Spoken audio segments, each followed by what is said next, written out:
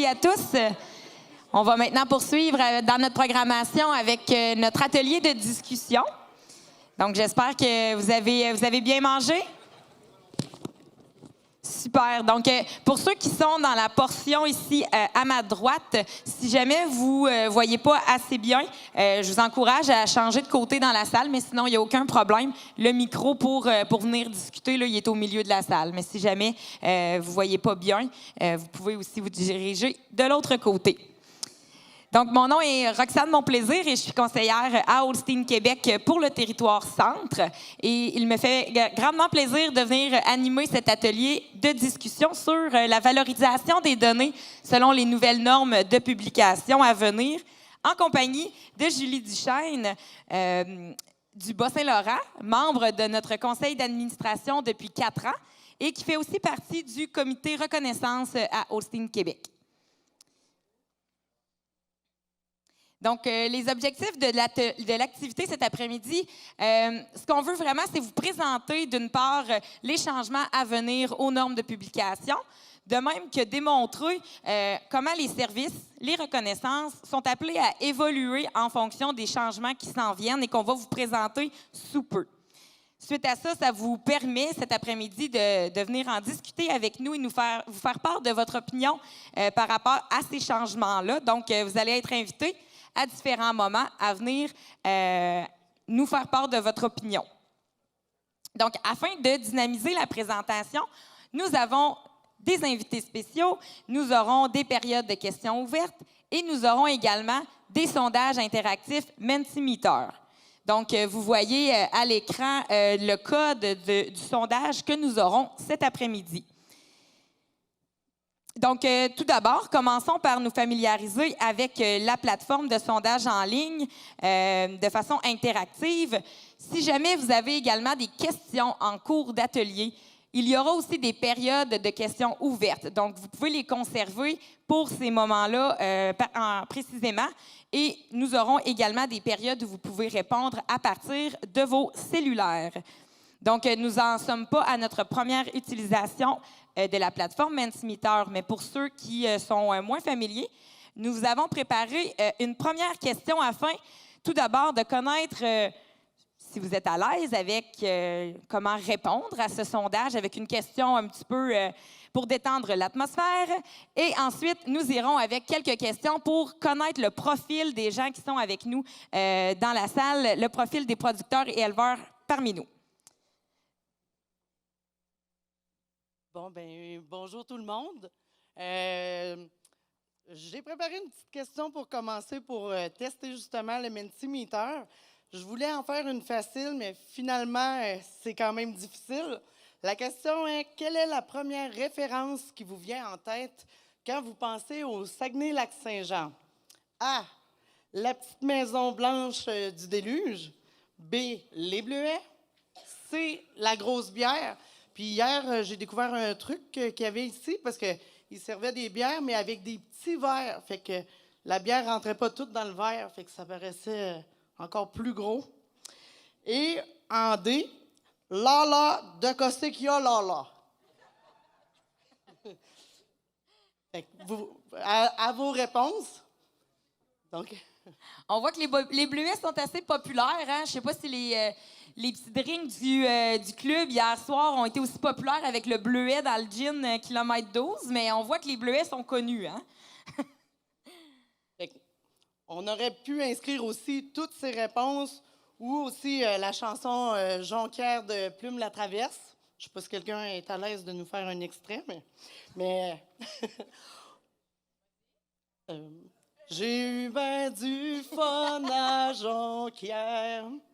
Non, sérieusement, on profite de l'occasion pour remercier le club Holstein Saguenay-Lac-Saint-Jean Charlevoix pour son accueil chaleureux. Et on va. Est-ce qu'on donne les résultats ou vous les voyez à l'écran? Roxane? Oui, le code 16 94 74 21. Donc, je vois que présentement, on est environ 45 personnes connectées au sondage. Les gens qui nous écoutent, effectivement, Pascal, bon point. Les gens qui sont avec nous en direct sur le YouTube peuvent participer au Mentimeter également. Donc, ils peuvent se connecter avec le code et répondre aux questions. Donc, on poursuit avec la prochaine question, Julie? Oui, exactement. Une autre question très simple. De quelle région venez-vous? On voulait savoir un peu le pouls de la salle. Donc, vous pouvez répondre par un mot. Ça va s'afficher à l'écran. Ben, région ou club, là, au début, on se disait un ou l'autre. De toute façon, on voit toutes les réponses. Wow! Donc, on voit qu'il y a plusieurs régions. On voit qu'il y a plusieurs... Montmagny est populaire quand même, il reste gros. Oui. Oui. Donc, plus le mot est gros, plus le mot a été utilisé souvent. Donc, ça donne un petit peu l'ampleur d'où on vient au Québec là, pour cet atelier. Donc, bienvenue à tous. Puis, la troisième question, combien avez-vous de vaches en lactation? A, moins de 50. B, entre 50 et 100 vaches. C, entre 100 et 200 vaches. Et D, plus de 200 vaches.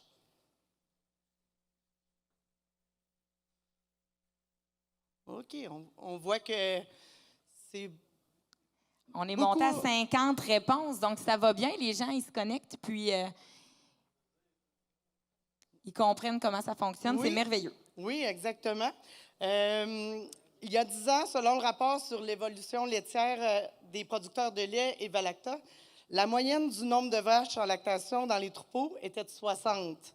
En décembre 2021, là, c'est le dernier chiffre que j'avais trouvé dans les rapports, elle était de 81. Donc, on voit ce qui est dans le groupe ici. OK. Ensuite, on passe avec une prochaine, encore pour mieux vous connaître.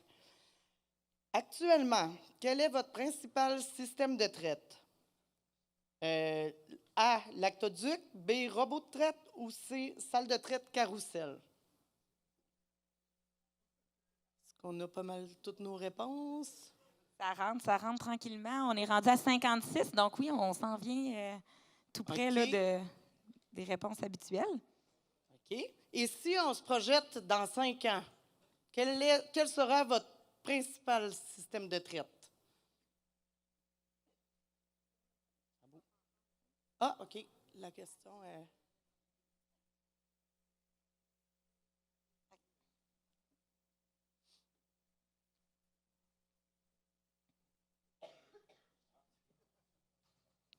Vous le voyez comme nous, hein? Oui, quand même. C'est presque un tiers, Il y a des beaux projets dans l'air, oui, je pense. Exactement. Retraite.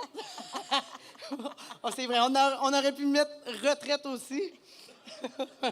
C'est bon. En 2015, les statistiques étaient de 89 de lactoduc, 6 salle de traite carrousel et 5 robot de traite. Et à la fin de 2021, soit seulement 6 ans plus tard, c'était 80 pour les lactoducs, 12 pour les robots et 8 pour les salles de traite carrousel. Fait que ça va être intéressant de voir dans le futur. Là, on voit que la situation risque de changer quand même assez rapidement. Et la petite dernière, avant de passer aux autres blocs. OK. Quelle importance de 1 à 5, c'est comme ça? Oui, OK, excusez. Donnez-vous à ces avantages du partage des données, parce qu'on va parler de ça dans la présentation. Donc, A, donne une plus-value pour la commercialisation. B, aide à la gestion du troupeau. C, contribuer aux évaluations génétiques. Et D, être éligible aux reconnaissances.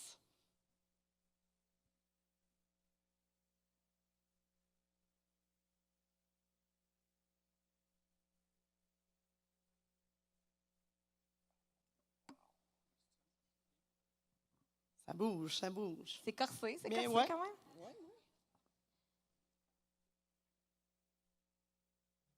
On est rendu à 45. Il y en a encore quelques-uns qui répondent présentement. Donc, ça varie de 3 à 4 avec gestion du troupeau, évaluation génétique, peut-être un petit peu plus prioritaire pour vous. Est-ce qu'on peut en déduire des réponses à ce sondage? En fait, le partage des données avec les centres d'insémination et les associations de races vont permettre de valoriser ces données-là parce qu'elles prennent vraiment de la valeur lorsqu'elles sont utilisées pour développer des outils qui, eux, à leur tour, comme le rapport de tendance ou Compass, vont permettre de vraiment les exploiter à leur plein potentiel, ces données-là, et vous permettre ensuite de prendre des décisions au niveau de la gestion de vos troupeaux. En plus, ça permet de contribuer aux évaluations génétiques, comme on l'a mis dans le sondage, mais également faire éventuellement évoluer la race de par votre meilleure utilisation des évaluations génétiques femelles et mâles au sein de vos troupeaux. Donc, on va maintenant poursuivre avec la présentation des invités que nous avons avec nous aujourd'hui. Donc, nous avons tout d'abord Mario Séguin, expert conseil en production laitière, contrôle laitier et données chez Lactanet, qui voit la gestion du contrôle laitier, évalue les données qu'ils reçoivent et développe des outils pour le contrôle laitier depuis 6 ans avec Lactanet. Il possède plus de 35 ans d'expérience au sein de l'industrie, comme au Centre d'insémination artificielle du Québec et Austin Québec. Donc, bienvenue parmi nous, Mario. Merci, bonjour à tous. Ensuite, nous avons Pascal Lemire, registraire à Austin Canada depuis 2013. M. Lemire a également été un éleveur dans la région centre du Québec. Dans son rôle à Austin Canada, il est entre autres responsable du comité des reconnaissances et nous sommes enchantés qu'il ait accepté notre invitation cet après-midi. Bonjour tout le monde.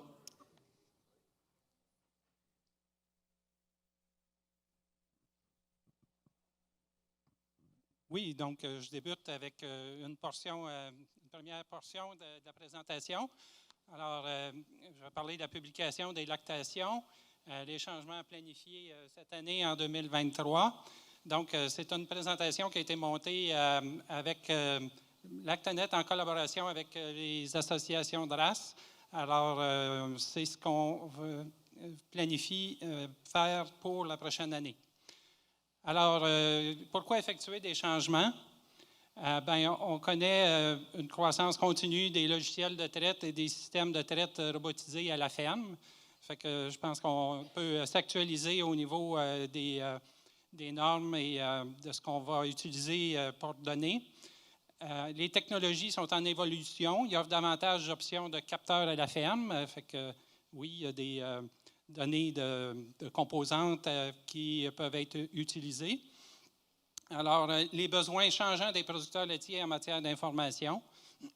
Donc, on voit les troupeaux grossissent et les systèmes changent à la ferme et la régie, en général, évolue au niveau des fermes.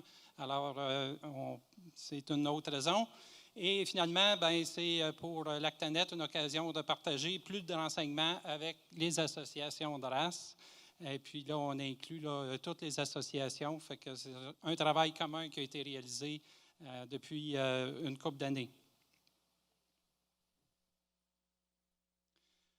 Alors, pour cette diapositive avertissement, changement en cours, ce qu'on va vous présenter, c'est des discussions, des choses qui ont été établies et qui peuvent être encore appelées à évoluer.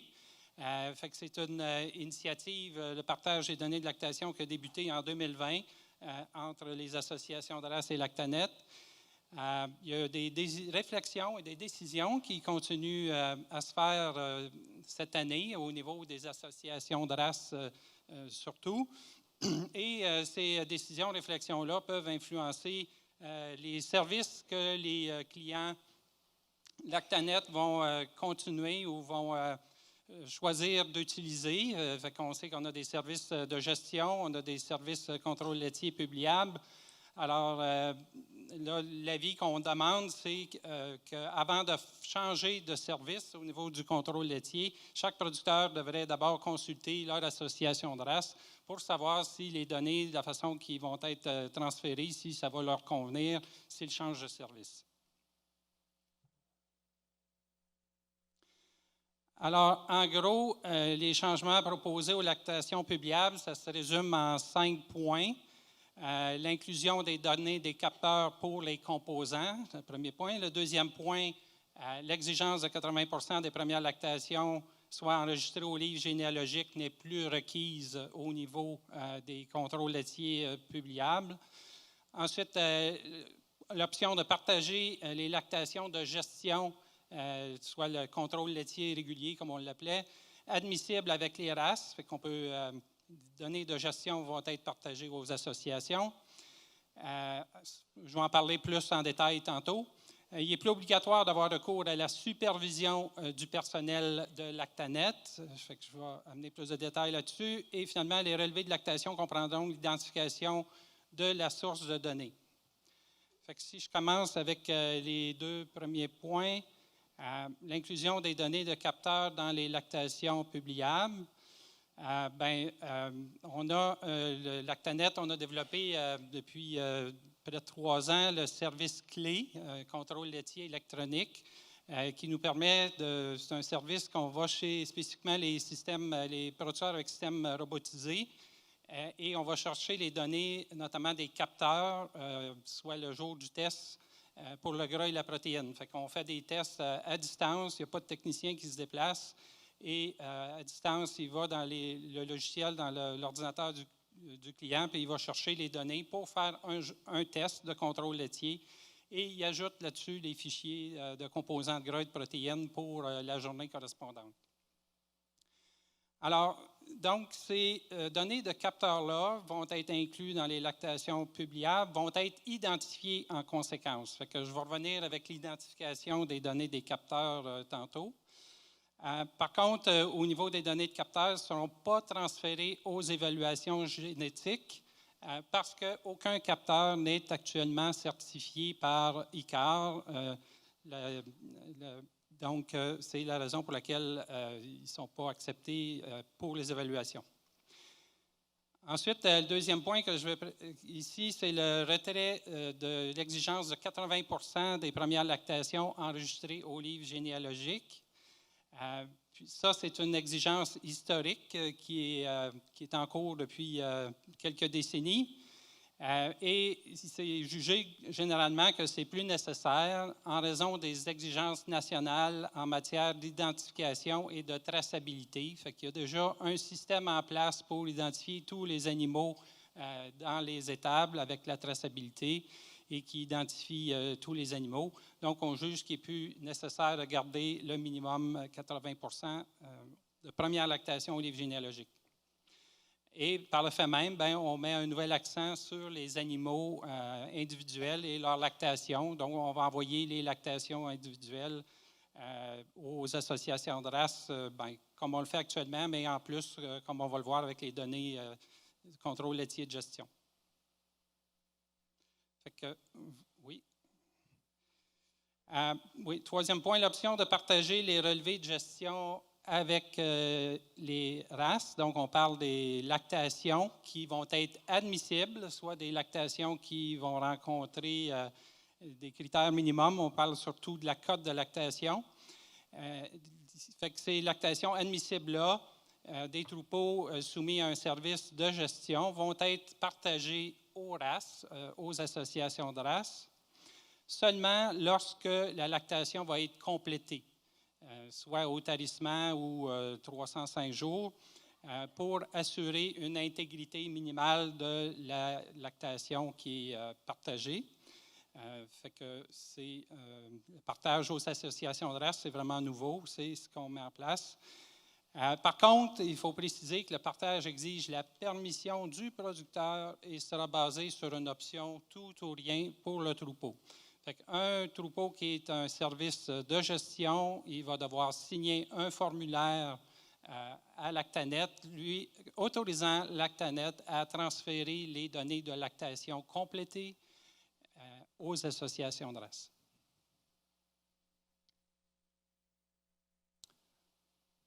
Donc, c'est les trois premiers éléments, oui.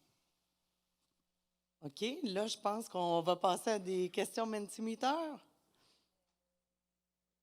Ou s'il y a des questions. OK. Excusez, on avait une petite différence dans notre présentation. Est-ce qu'il y en a qui ont des questions maintenant? Soyez bien à l'aise. On veut que ce soit interactif. Il y a beaucoup d'informations dans tout ce que vous allez voir aujourd'hui. ce serait presque pas normal de ne pas avoir de questions. On invite ceux qui ont des questions à se diriger vers le micro ou moi, je vais me promener dans la salle et, s'il vous plaît, vous nommer et adresser votre question. Alors... Sinon, moi, j'en ai peut-être une. Dans l'optique où les éleveurs font de la commercialisation d'animaux, il va y avoir des transactions, des vaches qui vont passer d'un troupeau à l'autre. Ça va ressembler à quoi, étant donné que là, vous allez partager les données de gestion qu'à la fin de la lactation? Exemple, un éleveur qui va acheter une vache dans un troupeau où ils sont sous données de gestion et il les apporte dans un troupeau avec des données supervisées officielles, ou l'inverse. À quoi on peut s'attendre? Bien, on essaie de pas modifier nécessairement tous les logiciels au niveau de la programmation qui est déjà faite. Donc, souvent, de toute façon, les producteurs qui sont déjà à un relevé gestion, à un contrôle laitier de gestion, les données sont transférées aux évaluations génétiques et sont quand même cumulées au niveau de la lactation complète. Puis là, bien, quand il y a un transfert, la lactation va se transférer. Évidemment, le code au niveau des lactations va être différent selon que, je vais revenir au code tantôt, là, selon que la lactation est dans un contrôle publiable ou contrôle gestion. Fait que je vais revenir plus de détails au niveau du code, mais en gros, c'est la lactation, l'identification de la lactation qui va différer. Merci. OK. Alors, est-ce qu'il y en a qui ont des questions? Sinon, on peut continuer avec le point 4.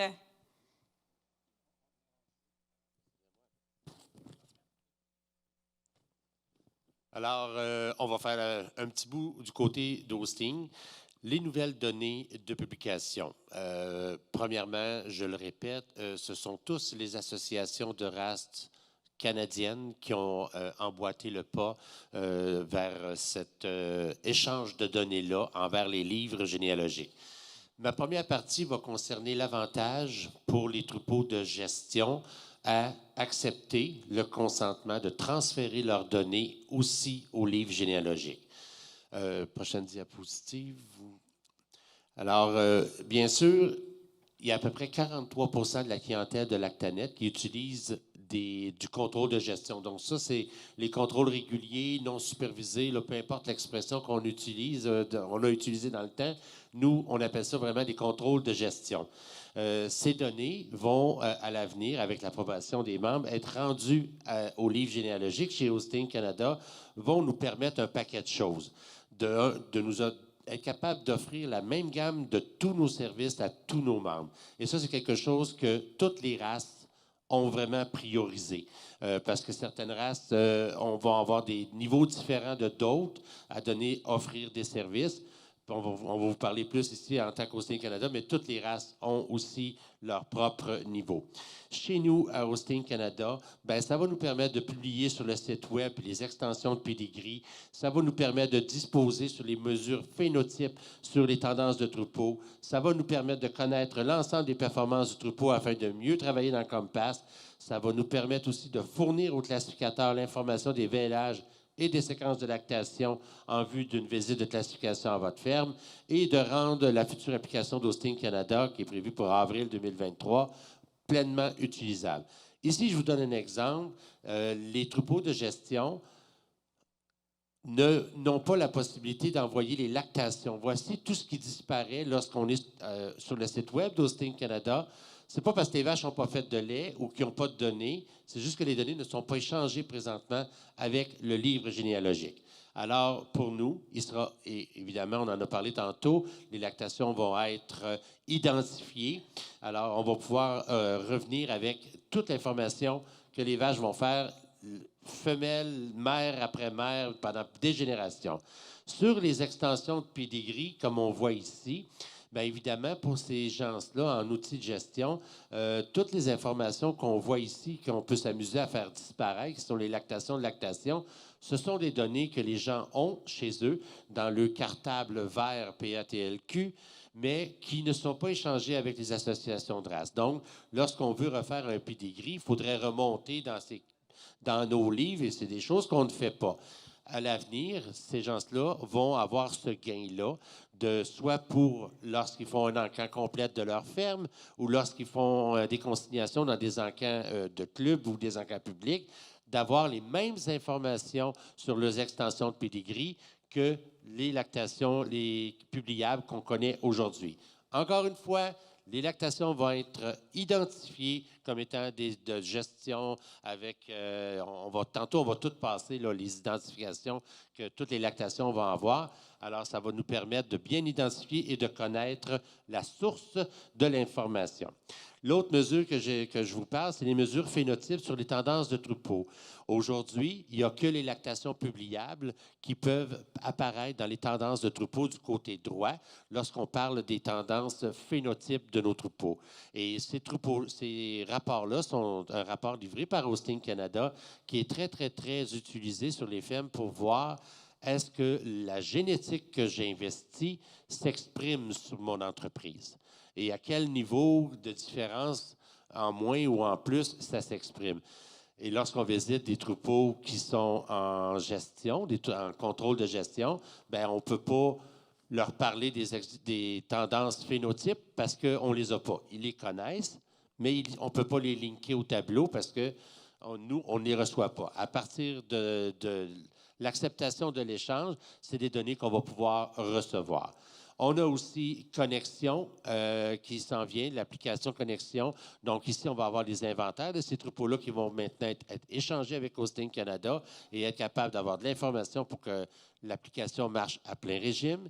Et évidemment, pour les classificateurs, lorsqu'ils visitent des troupeaux qui font du contrôle de gestion, nos classificateurs doivent rentrer à la main la date de vêlage, la séquence de lactation, bien souvent l'identification de l'animal parce qu'elle n'existe pas dans notre système, tout simplement parce qu'il n'y a pas eu d'échange. Donc, avec permettre ces échanges-là, ce sont tous les gains que les gens vont y avoir. Évidemment, ça ne vous touche probablement pas beaucoup de personnes ici dans la salle parce que vous êtes probablement tous sur des données publiables. Mais je pense qu'on connaît tous un voisin, un ami qui est en contrôle de gestion, en contrôle non supervisé ou régulier, à qui on pourrait très bien vendre l'acceptation d'aller vers cet échange de données-là avec les associations de race. Hey, merci, Pascal. Tu fais une très belle introduction pour la prochaine question Mentimeter. Donc, s'il vous plaît, reprenez vos cellulaires.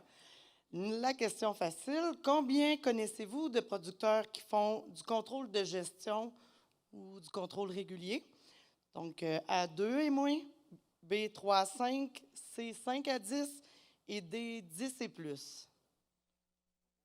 Oh. Mes gens qui ont 10 et plus, là, vous avez du travail de promotion à nous aider à faire.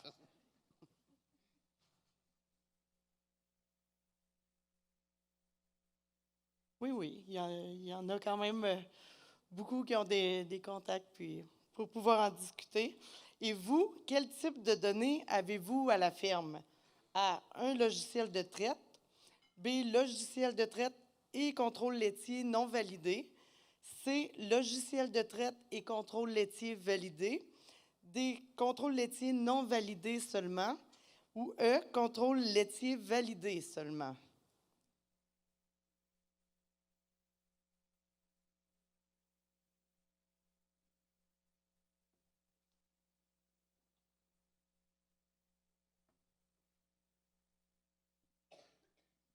C'est intéressant de voir les données avec le Mentimeter et de voir comment ça bouge.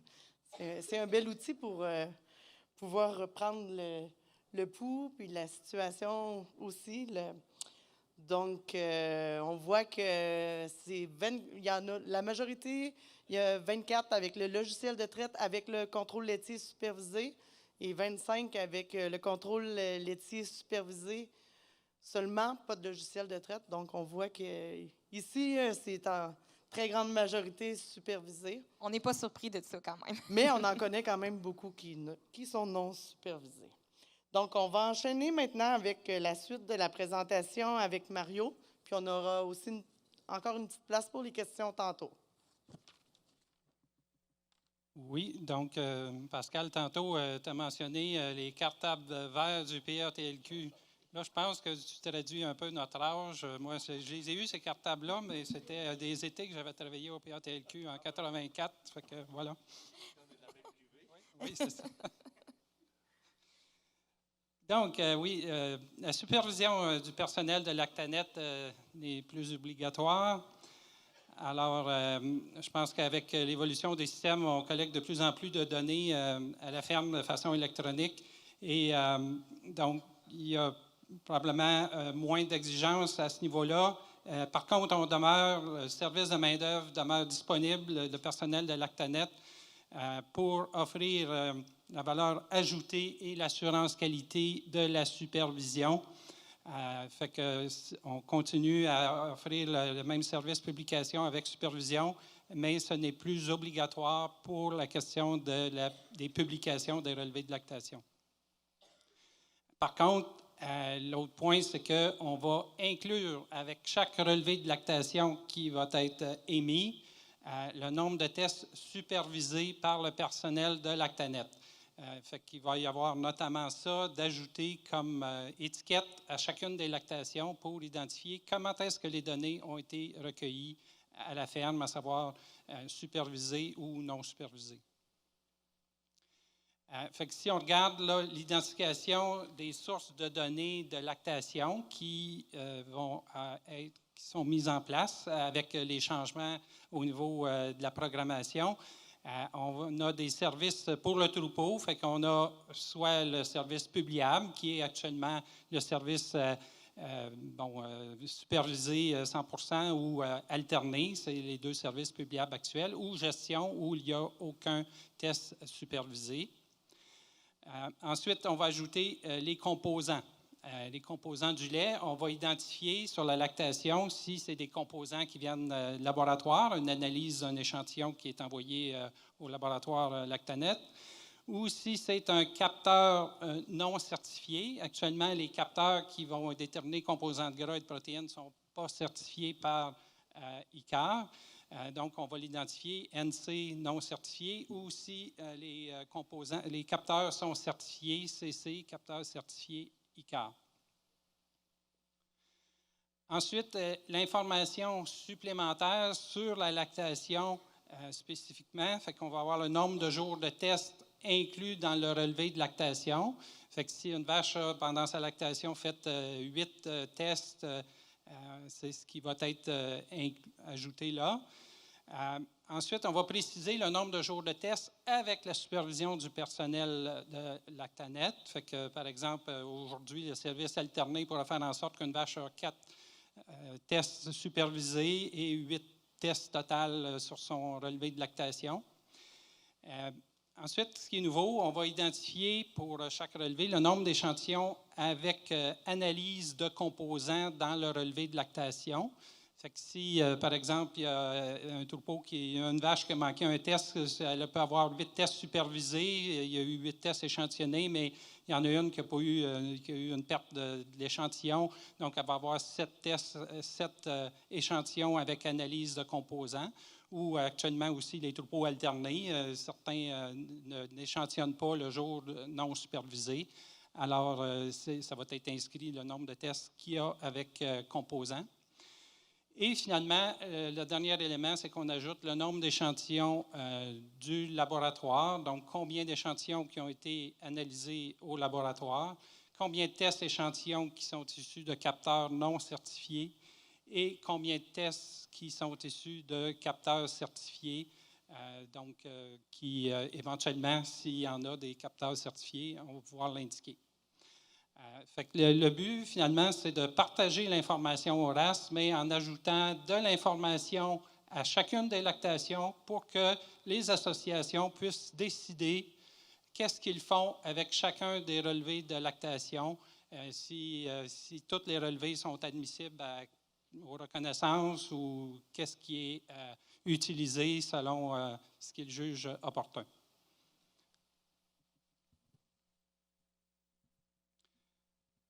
Fait que comprendre les changements, bien, en gros, on a les services de gestion qui est environ 43 de tous les troupeaux.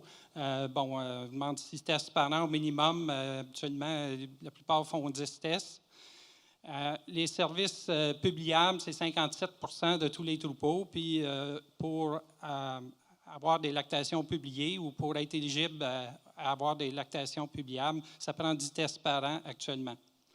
Maintenant, si on ajoute avec la nouvelle option de partager les lactations avec les associations de race, c'est de la nouvelle information qui s'en va aux associations de race. On va continuer d'exiger un minimum de 10 tests par an et que les lactomètres soient approuvés ICAR et une vérification annuelle des lactomètres. Ça demeure une exigence pour partager les lactations, comme ce l'est actuellement aussi pour que le troupeau participe aux évaluations génétiques. Et finalement, l'identification des sources de données, bien, ça va être fourni avec toutes les lactations partagées avec les races.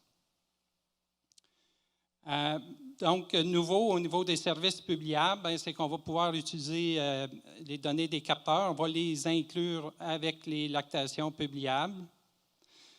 Par contre, il ne sera pas obligatoire d'avoir systématiquement la supervision à chaque jour du test et d'avoir le minimum de 80 des lactations enregistrées au livre généalogique des premières lactations. Ça ne sera plus obligatoire pour partager les lactations aux associations de race.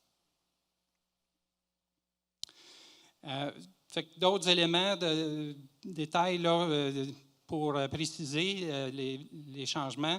Les lactomètres, donc la certification ICAR est requise pour toutes les publications de données de production. Fait que toutes les quantités de lait, ça doit être issu de lactomètres à la ferme qui sont approuvés ICAR. Et en fait, ça va être la même chose au niveau des résultats de composantes, laboratoires ou capteurs. Les données publiées sur les composants vont provenir d'équipements de laboratoire qui doivent être certifiés ICAR. C'est la même chose. Les équipements de laboratoire à Lactanet ils ont une certification ICAR et ils doivent être étiquetés comme tels. Et actuellement, aucun capteur n'est certifié par ICAR. Quand on regarde le tableau, les lactomètres, si on regarde les lactomètres certifiés, la colonne d'en haut, bien, des lactomètres certifiés, ça permet que les données soient publiables. Ça permet évidemment la gestion de la régie du troupeau, des rapports de gestion de Lactanet. Les résultats vont aux évaluations génétiques. Les quantités de lait par vache, ça s'en va aux évaluations génétiques issues de laboratoires certifiés, de lactomètres certifiés, pardon. Et les reconnaissances et races reconnaissent les données de production. Par contre, les lactomètres non certifiés, des producteurs pourraient toujours utiliser des données de lactomètres non certifiés et ça va être resté au niveau de la régie du troupeau, fait qu'il n'y a aucun partage de lactation de production issue de lactomètres non certifiés ICAR. Ensuite, au niveau des composants, laboratoire ou capteur, quand c'est certifié, ça va à toutes les 4 colonnes écrites là. Et quand on parle de composants issus de capteurs non certifiés, bien, on l'envoie pour publication, ce qui est nouveau. Ensuite, ça va être utilisé comme ce l'est actuellement en gestion et régie. Par contre, ça ne va pas aux évaluations génétiques, comme je l'ai mentionné. Et ça va-tu aux races au niveau de la reconnaissance? Bien oui, les résultats capteurs vont être partagés aux races, mais au niveau des reconnaissances, il y a encore des décisions qui doivent être prises à ce niveau-là, au niveau des races. Merci beaucoup, Mario. C'est vraiment très intéressant. Il y a beaucoup d'informations dans tout ce qui nous est présenté. On est maintenant rendu à une période de questions. Comme je le disais tout à l'heure, ceux qui sont à l'aise peuvent venir poser leurs questions au micro ici en se nommant, s'il vous plaît. Puis sinon, je peux me promener dans la salle, lever la main, je vais aller vous voir, puis ce ne sera pas compliqué. Bonjour. On a entendu ce scénario plusieurs fois dans les 5-10 dernières années que voisin X construit une étable neuve, il rend des robots. Il faisait le contrôle laitier officiel avant. Bien sûr, il a continué le contrôle parce qu'il l'a toujours fait. Mais après 4-5 ans, sur la robotique, tout d'un coup, il arrête le contrôle laitier. J'ai toutes les données ici chez moi que j'ai besoin pour gérer mon troupeau. L'initiative est très bonne de la part de Lactanet et Holstein aussi. Il faut être capable d'aller chercher ces données. Peut-être je l'ai mentionné tantôt, je l'ai manqué. Êtes-vous capable d'aller chercher les données robotiques ainsi que les composantes sans aller en personne sur la ferme? Et allez-vous le faire? Et comment est-ce que je peux m'équiper d'aller voir mon voisin robotique pour lui convaincre d'une adhésion à participer à ce programme? Merci. Oui, merci pour la question. Oui, c'est une question à développement et en fait, une portion que j'ai mentionnée tantôt, le service contrôle laitier électronique, c'est en place depuis 3 ans. Il y a quand même quelques dizaines de troupeaux déjà au Canada qui ont adhéré à ce service-là. C'est souvent des grands troupeaux, de plusieurs centaines de vaches, évidemment. Donc, c'est la façon qu'on va chercher les données à la ferme pour des tests de contrôle laitier, puis qui sont utilisés au niveau des productions de lait pour les lactations publiables, pour la production de lait seulement. Fait que oui, on développe ces services-là, puis l'aspect régie aussi, je pense qu'au niveau de Lactanet, on développe des rapports de gestion robotique qui sont indépendants des différentes marques de robots, donc pour plusieurs marques de robots. Et on développe même actuellement, on est en développement d'un rapport de gestion qu'on appelle dans notre jargon box time, là, donc le temps de traite qui inclut tout le temps que la vache passe à la ferme. Et oui, on a accès à des troupeaux spécifiques en test pour développer ces rapports-là. Fait qu'il y a beaucoup de développements qui sont faits pour aller chercher directement les données dans les logiciels de traite. Angus nous demandait aussi comment aller chez nos voisins, justement. On l'a vu tantôt avec la réponse au Mentimeter. On en connaît beaucoup des gens qui pourraient éventuellement être intéressés à partager ces données-là qui, présentement, ne font aucun contrôle laitier. Donc, ce serait quoi, selon vous? Peut-être Pascal aussi, si tu veux répondre. Comment on fait pour les convaincre, ces gens-là, d'adhérer? Puis, quels seraient là, les points là, pour qu'ils embarquent? Bien, ça fait partie des éléments que j'ai mentionnés tantôt. Vous savez, lorsqu'on a un programme de gestion à la ferme uniquement, il est énormément difficile de reculer plusieurs générations lorsqu'on regarde la génétique de nos animaux. Souvent facile, 1 ou 2 générations, plus ardu quand on monte à 3 et 4 générations. Et lorsqu'on veut bien prendre des décisions de génétique sur nos fermes, très souvent, il nous faut monter plus loin que 2 générations. Donc, en permettant à ces informations-là d'être associées à l'association de race, que ce soit n'importe laquelle, on a tous de très bons outils pour conserver l'information de production, l'information de ce qui va avoir été prélevé à la ferme pour apporter une valeur à cette information-là. Comment les convaincre? Tout ce que j'ai parlé tantôt par rapport aux outils de gestion, c'est pour offrir des programmes de gestion. Donc, que ce soit les tendances de troupeau qui est très exprime bien beaucoup de choses sur les fermes, que ce soit Compass. Beaucoup de ces troupeaux-là travaillent avec Compass, mais travaillent avec 60-70% de l'information parce qu'ils n'ont juste pas toute l'information est dans le programme. Alors, c'est vraiment de pouvoir obtenir la même offre de service des associations de race que le voisin qui est sur le publiable. Oui, merci beaucoup. On a une autre question ici dans la salle. Louise Ferron. Moi, je veux savoir, le contrôle laitier officiel comme tel, ça n'existera plus. Fait que, c'est nous autres qui essayent de ramasser des points pour les maîtres éleveurs, puis toutes les reconnaissances. Il va arriver quoi avec ça, là? Deuxième volet de la présentation. C'est compliqué, votre affaire. Bien, comme je mentionnais tantôt, les services demeurent les mêmes. Il y a des services publiables, puis les services contrôle laitier de gestion. Donc, ça demeure. La seule chose, c'est qu'il n'y a pas l'obligation de tester, d'avoir la supervision systématique au niveau des services publiables, mais ça demeure une valeur ajoutée quand même d'avoir l'assurance qualité puis l'appui du personnel Lactanet pour avoir les contrôles laitiers à la ferme.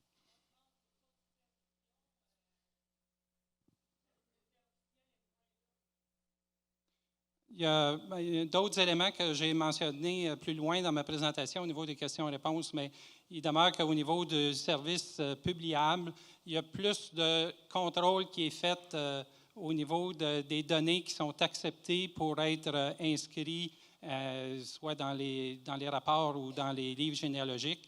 Donc, il y a des contrôles supplémentaires, notamment on parle de comparaison au réservoir, on parle des composants de lait qu'on a accès aux composants de lait. On demande d'avoir pour valider que les contrôles sont faits avec des composants qui font du sens.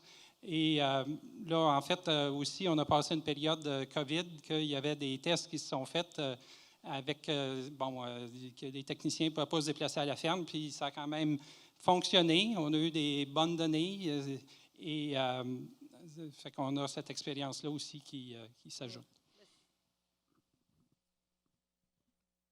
On a une autre question ici. Ma question s'adresse à Pascal. Comme registraire de l'association, tu as dans tes fonctions un peu de statuer de l'intégrité des données du livre généalogique. Est-ce qu'en incorporant une masse d'informations qui est non supervisée, est-ce qu'on est à risque d'une augmentation d'erreurs d'informations dans nos pédigrés? Parce que ça va créer une tendance vers ça. Mais si on supervise de moins en moins, on va multiplier, je pense, les erreurs dans le livre. Il va-t-il avoir une forme de validation quelque part? Date de vêlage, date de tarissement et autres. Là. Tu m'as répondu à ta question. On va parler dorénavant plus de validation que de supervision. La validation peut se faire de plusieurs façons différentes, souvent électronique. Mario vient d'en parler. Un troupeau qui est à 160 % de son ball tank de lait, ça ne marchera pas, là. Il y a de quoi de pas correct. Quand même, c'est des outils de gestion, c'est des données de gestion. Il y a quelque chose, il faut avertir, il faut allumer une lumière. Toutes ces choses-là, on va développer beaucoup d'outils de validation. Donc, la validation va passer par autre chose que seulement que la supervision. Puis, pour répondre à la question à Julie, je m'en viens avec une deuxième partie de ma présentation où on va parler des reconnaissances, de l'évolution des reconnaissances à Hosting Canada. J'ajoute une question. Est-ce que la validation, parce que là, toutes les informations vont transiter par Lactanet avant d'arriver à Hosting. Est-ce que c'est Lactanet qui va faire la validation ou c'est toi? Ça va être Lactanet. En fait, il y a un comité à Lactanet qui s'appelle Industry Standard Committee. Comité des normes de l'industrie. Merci, Mario. Sur lequel je siège en tant qu'association de race. Et c'est avec ce comité-là que les données de validation dans la faisabilité monétaire, dans la faisabilité pratique aussi, avec les différentes fédérations de lait de chacune des provinces et toutes ces choses-là. Donc, ça va être avec le comité des normes de l'industrie que ces validations-là vont se faire. Et c'est déjà commencé parce que dans le passé, on avait déjà des barèmes qui étaient inscrits où on avait des lumières rouges qui allumaient. Bon, après ça, il va y avoir à développer avec Lactanet. Une fois que la lumière rouge est allumée, on fait rien que la réteindre ou si on fait une action. L'action, on va développer des choses en collaboration avec Lactanet. Merci, Pascal. Excusez. Est-ce qu'il y a d'autres questions? Oui. Jean-Claude Fleury, Ferme Fleury. Pour moi, aujourd'hui, je trouve que c'est un moment très triste pour l'élevage parce que j'ai l'impression qu'on fait un pas à l'arrière. On a tout le temps valorisé l'importance de faire valider nos données et tout. Là, vous êtes prêts à offrir des services de gestion, des tableaux, des choses à des gens qui ne mettront pas d'effort à venir avec nous. Vous voulez les incorporer. Puis pour moi, aujourd'hui, ça me dit pourquoi je resterais officiel? Pourquoi je ferais valider mes données? Pourquoi je paierais pour ça? Quand au final, celui qui ne le paye pas, il est avec moi. Puis même si vous mettriez une lettre au bout du chiffre, là, de la lactation, comme de quoi qu'elle n'est pas supervisée ou de quoi. Là. Mais au final, là, quand on va aller à l'encan et on va checker le catalogue, là, on va checker la lettre au bout ou on va checker comment elle a fait de lait, de gras et de protéines? Donc, dans le fond, on paye pourquoi, nous autres, aujourd'hui, ces données-là? Fait que pour moi, aujourd'hui, c'est un jour très triste. Au lieu de valoriser les gens à embarquer avec nous, puis leur faire valoir le côté positif de payer sur ces données-là, mais on dit « Hey, c'est pas grave, on vous incorpore avec nous autres, puis on va même vous donner des services supplémentaires pour vous aider à gérer vos troupeaux. » Moi, en tout cas, aujourd'hui, c'est très triste à entendre. Ou j'ai mal compris toute la présentation jusqu'à maintenant, mais en tout cas, moi, je ne vous suis plus pantoute. Je trouve ça très triste.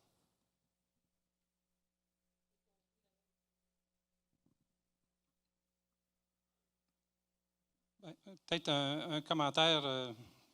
Je pense que le contrôle laitier et les données, ça sert beaucoup à la gestion et aux évaluations génétiques aussi. Il n'y a rien qui change à ce niveau-là. Là, on parle des publications. Bien, les publications, c'est dans les différents sites Web. Est-ce que les publications vont faire en sorte de changer tant la perspective des relevés de lactation ou du contrôle laitier? Je soulève la question, là, mais... Merci, Mario. On a une autre question ici dans la salle. Oui, Michel Robert. Vous avez parlé de la lumière rouge qui allume si à un moment donné il y a des variations importantes. On peut-tu penser qu'il y aura à un moment donné un indice de fiabilité ou qui pourrait être en lien avec, exemple, ce qui est sur le réservoir ou, exemple, sur la paille de lait? C'est sûr qu'on parle de réservoir versus une vache individuelle. C'est difficile à comparer, mais il doit y avoir moyen d'avoir des pourcentages de fiabilité. Ces pourcentages de fiabilité-là existent déjà. Ils ne sont pas publiés, mais ils existent déjà, des 95 pour le gras et plus 99 et ces choses-là. C'est bâti en fonction du nombre de points de contrôle la vache a eu sur sa lactation et tout. Mais ces pourcentages de fiabilité-là existent déjà. Et il y a des minimums pour que ça soit publiable pour chacun des... Oui. Chaque les lactation, la cote de lactation soit à 95 et mieux. Fait que ça, c'est la quantité de données pour une lactation qui va déterminer la cote de lactation. Mais je retiens quand même l'idée d'un indice global fiabilité du troupeau. C'est à discuter, à voir à l'avenir. Mais en même temps, je pense que plusieurs fermes qui ont déjà les systèmes informatiques informatisés puis qui ont la calibration des lactomètres à la ferme qui est faite, c'est déjà pas mal fiable. Fait que, oui. Merci, Mario. On va poursuivre avec une dernière question avant d'enchaîner avec le prochain bloc. Mais je trouve ça bien. Je trouve que les gens sont présents, vous êtes à l'écoute, puis de continuer à partager votre opinion, vos questions. On est là pour ça cet après-midi, donc je vous encourage à aller à continuer. Donc, vous pouvez y aller pour une dernière question avant le prochain bloc. OK. Moi, je pense que c'est pas un jour. Il ne faut pas partager toujours les idées des autres, mais c'est pas un jour si triste que ça quand on est rendu un troupeau, rendu une bonne grandeur de troupeau. Je pense que c'est correct. Vous avez fait un pas d'avant, mais on a deux jambes, on a une autre affaire. Je veux dire par là, ceux-là qui se sont retirés du marché, ceux-là qui avaient des données à aller chercher, qui étaient du passé, là, on ne se regardera pas dans le visage pour dire des noms, là. Mais je pense que ce n'est pas des incitatifs jusqu'à la date que vous avez proposés présentement à soir pour aller rechercher ceux-là qui sont sortis du système. Je ne sais pas si on me fait bien comprendre. Là, ça prend comme la carotte ou bien la moulée du robot pour aller chercher la personne qui est sortie. Ça, c'est une chose importante là, dans les péréquations qu'on parle à soir. Nous autres, chez nous, on n'a pas sorti du système, puis on n'est pas à les vulgariser, les chiffres. Par contre, si on ne veut pas les vulgariser, on a le droit de dire on n'a pas le droit de les envoyer. On vous signe ça, puis vous n'aurez pas vos chiffres. On peut bouder le système. Par contre, si on veut valoriser là, les chiffres, présentement, je ne suis pas capable de dire que j'ai gagné. Je ne gagnais pas en disant, regarde, la COVID a prouvé que nos chiffres étaient encore les mêmes année après année pour 2 ans. Là, puis on l'a dit tantôt, puis tu es le premier à le dire à ma table. Les résultats parlent par eux autres mêmes. C'est pareil au bassin, puis c'est pareil, ils s'expriment dans vos données. Mais je pense que votre problème là, qui est là présentement dans vos affaires, c'est les gars qui sont des bons chiffres, comme mon voisin, vous battons un gars de robot qui est capable de vous mettre des affaires publiables, puis qui s'en fout carrément à cette heure, parce que ça fait quelques années qu'ils ne le font pas. Je ne suis pas sûr que vous allez les chercher de cette manière-là, puis c'est ceux-là, dans le but que vous devriez avoir dans votre commutateur, pour aller chercher. Ça veut dire que ça prend, comme tantôt qu'on parlait des résolutions, des vitesses de traite, des informations tangibles, réelles, là, qui sont capables de prouver, ça va vous aider. Puis en même temps, s'il y a une logistique qui pourrait être intéressante là, pour eux autres, qui vont être prêts à payer un petit pourcentage, parce qu'ils ne sont pas habitués à payer, là, ça vous le savez. Ça fait qu'à ce moment-là, là, c'est du donnant-donnant. Puis moi, là-dedans, je suis le gars là, qui en fournit des données, puis je ne me sens pas bien valorisé en me disant, je vais avoir de quoi. Augmentez pas mon contrôle pour 1 an, il va être correct. Là. Je pourrais vous demander ça, mais je ne le demande pas encore. Là. Mais il faudra y aller avec des choses qu'on est capable de prouver, qu'on est capable de vous valoriser pour nos performances à avoir pour les achats de taureaux pour la génétique. C'est mon point de vue. Il y a un autre pas à faire. Mais c'est un bon départ. Si on ne fait rien, là, on n'avance pas. Ça fait plusieurs années que ça vous est demandé. Puis là, on est rendu en 2023, puis là, il y a une lueur positive. Ça joue de même. Merci. Merci beaucoup. Oui, on a reçu une petite question en ligne. Donc, c'est seulement pour savoir si vous allez rendre les données de robots publiables. Oui, c'est ce qui est mentionné dans le début de la présentation, que même les capteurs, les lactations avec capteurs vont être publiables sur le site Lactanet et les associations de races. Merci. Donc, on Ouais, enchaîne. puis peut-être juste un petit commentaire par rapport à ce que Gervais a mentionné. Oui, je pense que c'est un défi qu'on a et qu'on essaye de relever à tous les jours, d'offrir des services supplémentaires à valeur ajoutée au niveau du contrôle laitier. Puis on parlait de réduction du méthane tantôt, qui va être accessible aux clients au contrôle laitier, puis l'efficience alimentaire également. Fait que c'est comme ça qu'on s'oriente pour valoriser. Et plein d'autres rapports aussi. Là, on parle de profilable, on parle de profilable par vache éventuellement, on parle de tout ce qu'on peut faire avec les analyses de lait, c'est très puissant. Et je pense que c'est comme ça qu'on va valoriser la prise d'échantillons. Merci. Bon, avant d'entreprendre la suite, moi aussi, je vais faire quelques commentaires sur quelques questions et commentaires de la salle. Effectivement, il faut trouver une carotte pour réinviter ces gens-là, mais je les ai perdus. Et si je ne bouge pas, je ne les reprendrai pas jamais. Donc, est-ce qu'on est dans un jour sombre?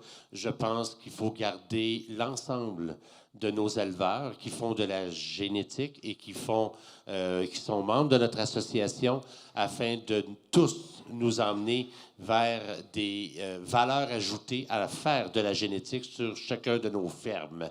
Alors, c'est un peu la vision pourquoi on fait ces changements-là.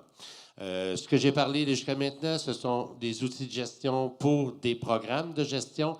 Maintenant, je vais embarquer dans un sujet qui va vous entretenir beaucoup plus, l'évolution du programme des reconnaissances à Hosting Canada.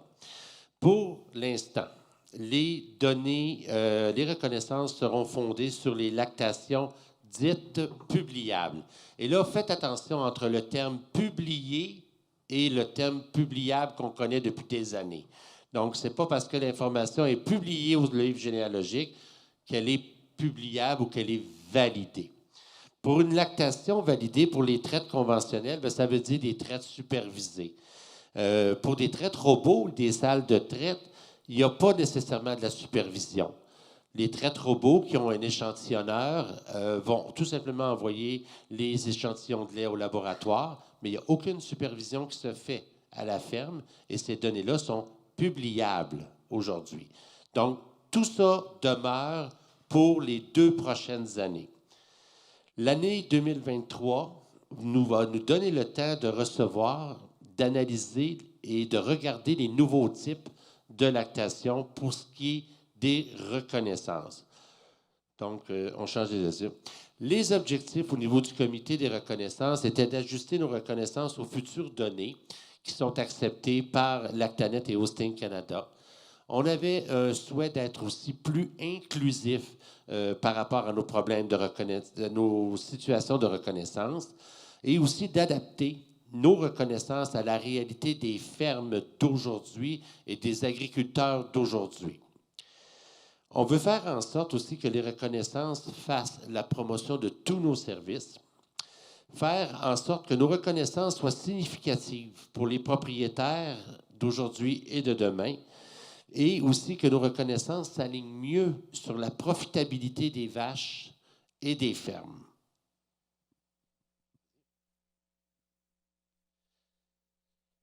Des constats qu'on a faits, quand on s'est mis à analyser ça, il y a déjà de cela quelques années et demie, c'est que les MCR avec lesquels on travaille aujourd'hui tiennent très peu en compte les dollars dans les paiements de lait sur une ferme. Les déviations avec lesquelles on fonctionne aujourd'hui n'ont aucun lien avec les kilos de gras et de protéines qu'une vache a produits. Et aussi, on observe une grande différence lorsqu'on regarde la production réelle d'une vache par rapport à seulement que la période de 305 jours, comme on fait aujourd'hui. Et on constate aussi qu'il y a quelques vaches qui sont sans MCR parce qu'ils ont été déclarés avortés ou parce qu'ils ont changé de troupeau, ils n'ont pas de déviation. Ces vaches-là ne peuvent pas participer, mais ce sont des vaches qui ont quand même produit des kilos de lait, des kilos de gras et des kilos de protéines. Alors, le comité des reconnaissances a déposé au conseil d'administration d'Hosting Canada un plan de travail pour les 2 prochaines années, et c'est ce plan-là que je vais vous présenter à l'heure actuelle. Première chose, les titres demeurent en place. Qu'on parle maître éleveur, la production supérieure, les Super 3, les vaches étoiles, les championnes canadiennes, les productions à vie, la classification, tout demeure en place. L'accès aux reconnaissances pour ce qui est des lactations va s'élargir, puis elle va évoluer au cours des 2 prochaines années. On va être en analyse, puis on va avoir une date précise à laquelle on va mettre en application. Alors, ce tableau-là, vous le reconnaissez? Tout le monde le reconnaît, ce tableau-là? On va le diviser en 4 sections. Donc, la première section qui est à gauche complètement de l'écran, soit les lactations, là, une lactation avec plus 40 ou plus 120, 2 lactations avec plus 40, 220. On va prendre cette partie-là en premier. Dans un deuxième temps, on va parler des longues productions. Dans un troisième temps, on va parler de la classification. Dans un quatrième temps, on va parler de ce qui est en bleu, ce qu'on appelle la longévité. Tu peux revenir, s'il te plaît? Ce que je peux vous annoncer... Non, tu peux pas revenir? Ce système-là va se fermer le 31 octobre 2024. Donc, ce qu'on connaît à l'heure actuelle, le 31 octobre 2024, on va fermer notre système de reconnaissance actuel. Les points de maître éleveur seront calculés à cette date pour l'année 2024. Les maîtres éleveurs vont être dévoilés en janvier 2025, comme d'habitude. Donc, pour 2024, on aura une année de 10 mois pour les maîtres éleveurs. Là, ceux qui comptent le point, ça va être une année écourtée. Parfait. Je vais y revenir sur ça. Maintenant, la première évolution qu'on a proposée au conseil d'administration qui a été acceptée, le tableau qu'on voit, là, une lactation avec tant de déviations, 2 lactations avec 2 lactations avec plus de déviations, 3 lactations, 4 lactations. Ce tableau-là s'en va pour devenir 3 portes pour accéder aux reconnaissances. Donc, oui, on garde les MCR, déviations dans le troupeau ou les meilleurs pourcentages de la race en MCR, mais on ouvre 2 autres portes, soit des kilogrammes de gras et de protéines par lactation, ou seulement que des kilogrammes de lait pour les vaches qui n'ont pas les données de gras et de protéines éligibles. Donc, on passe d'une seule porte, les MCR, les déviations, à 3 portes à l'avenir. Les bénéfices qui s'ajoutent à ça lorsqu'on parle des kilos par jour de vie, puis hier, on l'a déjà vu un peu dans les reconnaissances ici au Québec, c'est déjà une petite tendance qui s'est installée. On prend en compte toute la production d'une vache. Pas seulement que les 305 jours de production contenus dans un MCR. Et pour avoir pris l'année 2021 en référence, et on a fait beaucoup de tests sur l'année 2021, les choses changent beaucoup. Une bonne vache reste une bonne vache. Peu importe la façon que je la regarde, elle va être une bonne vache.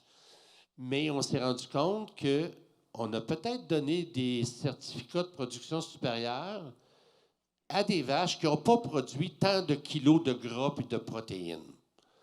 Mais ils ont eu des belles déviations.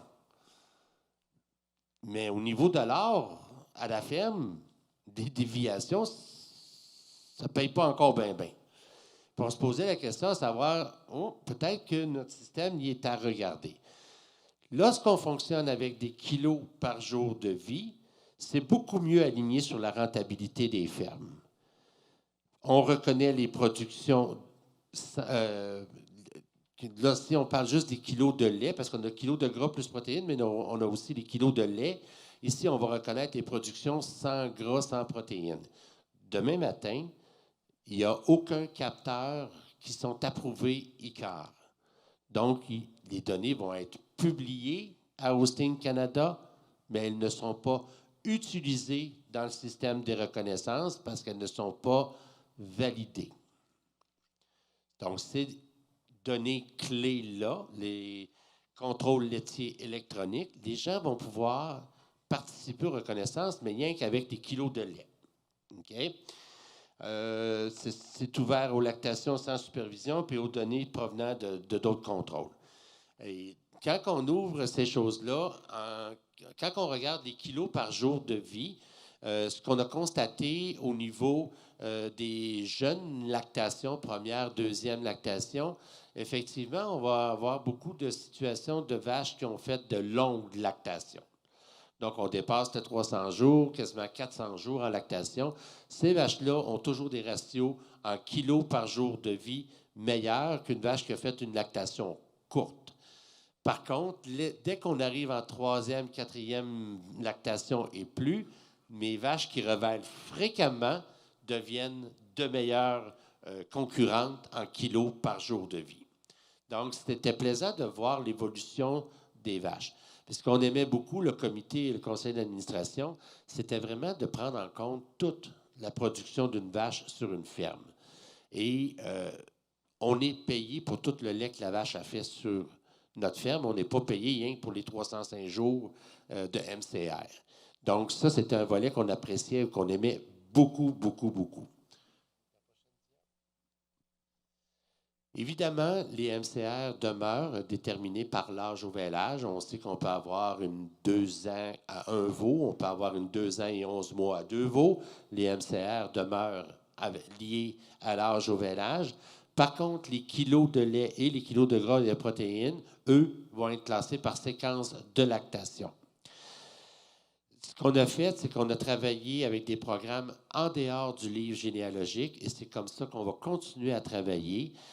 Parce que chacune de ces catégories-là vont être évaluées par eux-mêmes et peuvent avoir des pourcentages différents selon ce qu'on donne de l'importance, plus aux kilos de gras, plus des kilos de protéines, qu'on peut donner de l'importance à seulement des kilos de lait. Ce qui veut dire que je peux aller chercher mes 5 % meilleurs de la race dans une catégorie, mais juste mes 2 ou 3 % meilleurs dans l'autre catégorie parce que je n'ai pas vraiment mes kilos de gras et de protéines, puis je peux aller chercher mes 1 % meilleurs dans MCR. Donc, le programme va devenir beaucoup plus variable et flexible. Est-ce que j'ai des questions?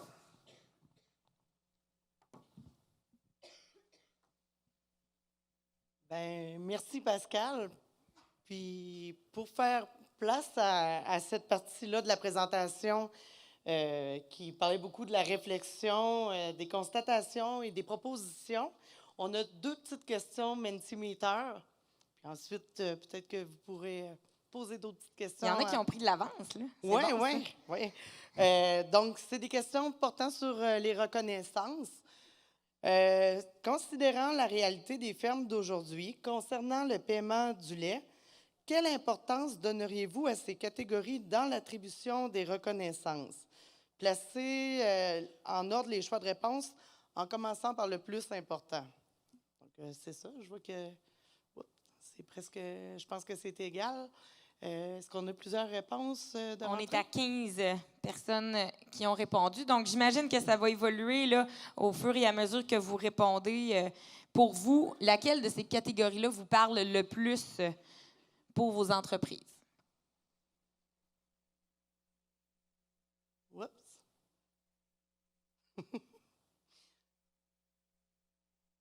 On a volé le scoop pour la prochaine question. Donc, moi, je ne vois pas combien il y a de réponses de rentrée, mais... Il y en a, on le voit dans le bas ici, là, on est à 42, 43. Ah, OK. On a C'est derrière le fly. OK. Donc, on voit que ça y va gros pour les kilos par jour de vie. Ensuite, les déviations positives dans le troupeau. Puis, les lactations 305 jours. Et en finale, les MCR supérieurs. Oups! En tout cas, pas mal égal, là, les 2 dernières positions, les MCR de la race. Ensuite, quel ratio attribueriez-vous au gras et à la protéine pour les reconnaissances?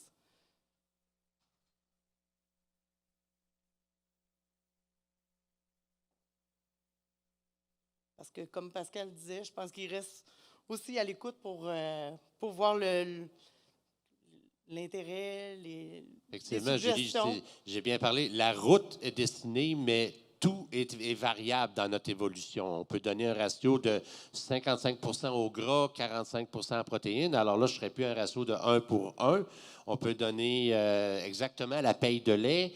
Quelles sont les choses où on désire tout simplement avoir autre chose. OK, donc, C'est on est serré, presque là. égal, là. Oui, Dans vous le le fond, voyez il y a comme nous, hein? Il y a le statu quo, puis l'autre...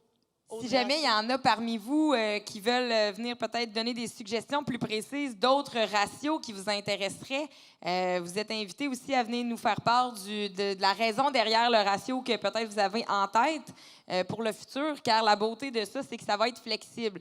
Donc, on va être peut-être plus aligné avec l'évolution que le marché peut prendre dans les prochaines années, peut-être. Est-ce qu'on est stabilisé? On a 53 réponses, donc je vois peut-être qu'il y en a qui s'abstiennent. Donc, pendant que vous peut-être continuez d'y réfléchir, on va poursuivre la présentation.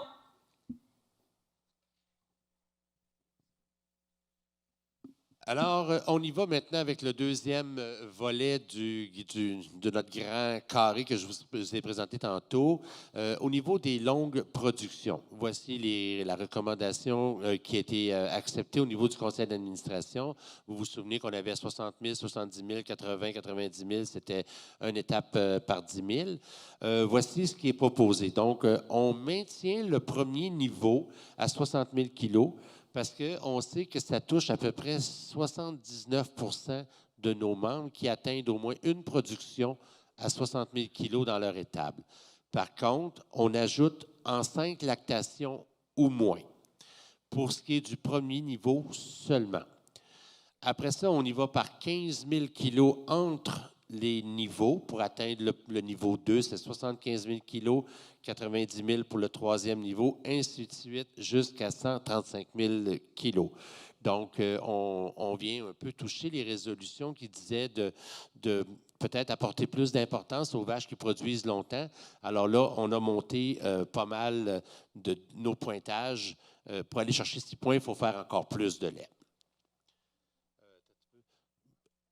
une chose que je veux vous mentionner, c'est que la moyenne 2021 est quand même tout près de 11 000 kilos.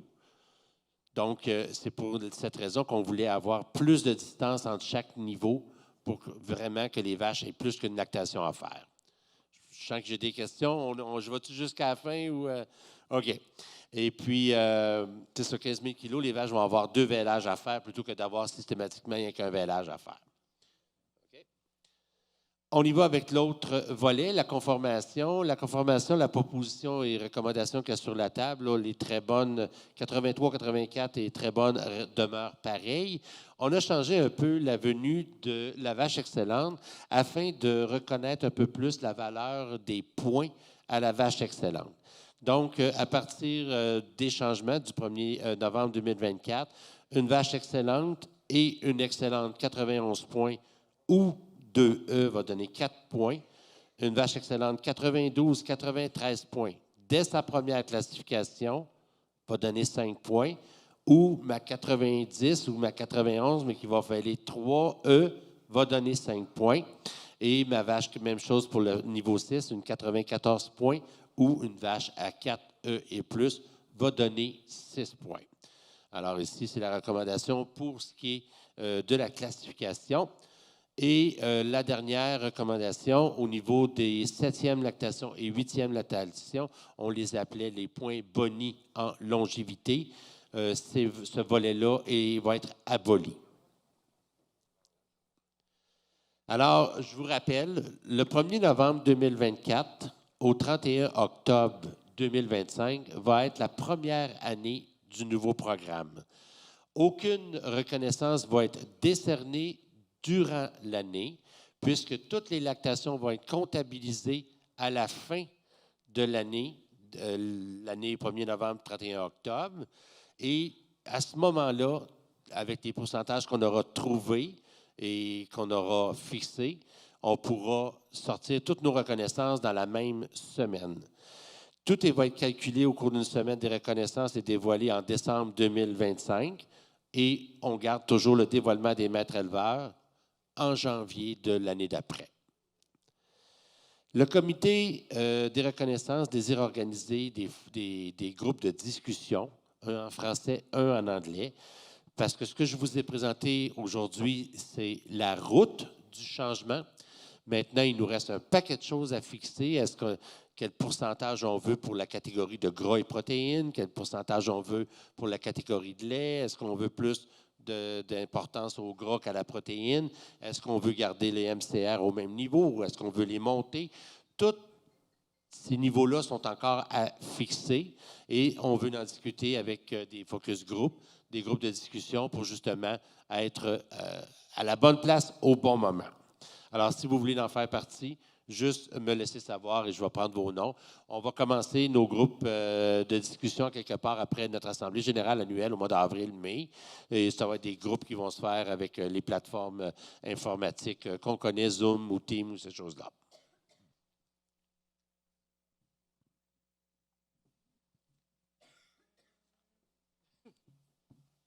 Est-ce qu'il y en a qui ont des questions? Je pense qu'on va y aller dans la salle là, pendant qu'on a eu plusieurs sujets de discussion concernant les reconnaissances. J'imagine que je vois Anne qui est déjà prêt à nous parler. Donc, si vous voulez y aller avec votre question, votre commentaire. Oui, Pascal. Comme je vois le tableau, les vaches en vieillissant, je trouve qu'on l'apprécie plus assez, là. Rendu à 100 000 kilos, je pense exiger 15 000 kilos pour avoir des points supplémentaires. Je pense que c'est déjà bon, on se rend à 100 000 kilos, mais là, je vois qu'on perd des points. Actuellement, une vache à 120 000 kilos, on a 6 points. Puis là, on ne l'a plus, on perd un point. Il faut se rendre vraiment à 135 000 kilos pour avoir les 6 points. Oui, c'est exactement ça. C'est la seulement j'ai recommandation. compris. Mais en tout cas, je ne sais pas combien dans la salle, il y a des vaches à 135 000 kilos. Là.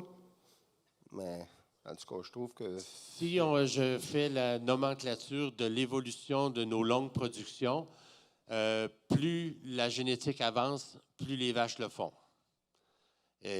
On a commencé nos statistiques en 2003 à 2021. Là, je lance des chiffres de mémoire. Là. J'avais combien de vaches avaient atteint 60 000 kilos en 3 lactations, en 4 lactations, en 5 lactations, en 6 lactations. Et j'avais, mettons, en 2003, mon plus gros nombre, là, c'était magistral, avait atteint 60 000 kilos en 6 lactations. Attends, Hans, je vais t'en venir à 120 000 kilos. C'est le même scénario. Après ça, 20 ans plus tard, mon chiffre le plus gros, c'est en 5e lactation, suivi de mon deuxième chiffre le plus gros en 4e lactation, qui ont atteint 60 000 kilos. Donc, mon chiffre vraiment plus bas, c'était devenu en 6 lactations. Et on voyait le même scénario pour tous les niveaux. On l'a fait pour 70 000, 80, 90. On l'a fait pour tous les niveaux. Et on voit toujours que plus la génétique, elle est là, plus les vaches font le lait, puis ils font le lait plus rapidement. Donc, l'objectif du comité, c'était de pousser, premièrement de reconnaître les vaches qui s'y rendent et de pousser la marche, parce que, écoute, ces niveaux-là, ça fait 20 ans qu'on ne les a pas bougés. Puis, des vaches qui font 100 000 kilos, c'est très reconnaissable. Déjà, de lui accorder 4 ou 5 points, c'est déjà beaucoup.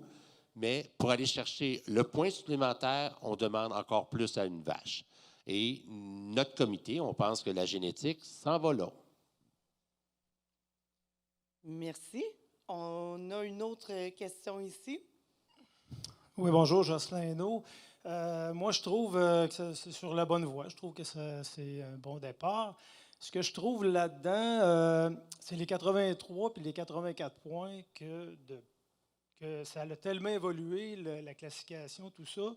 Moi, j'en donnerais même plus de points aux 84 et moins. Je suis parti. Si tu veux avoir une bonne différence, si tu veux avoir une différence quand tu vas pour avoir des maîtres éleveurs, il ne faut pas que les gens classifient des 83 points puis avoir des productions supérieures.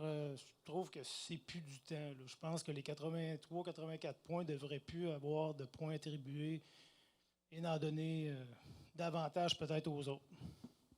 Merci, Jocelyn. Ce que je peux te dire là-dessus, c'est que la moyenne au niveau des femelles de premier veau classifiées demeure dans les 79 points.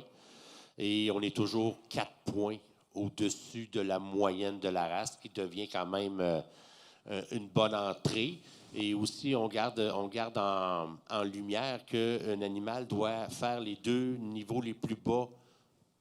Une vache ne peut pas donner rien qu'un point. Il faut qu'elle fasse au moins 83 points et la production minimum 1 pour être capable d'accorder des points. Je pense quand même que faire du lait, une vache tout croche peut faire bien du lait.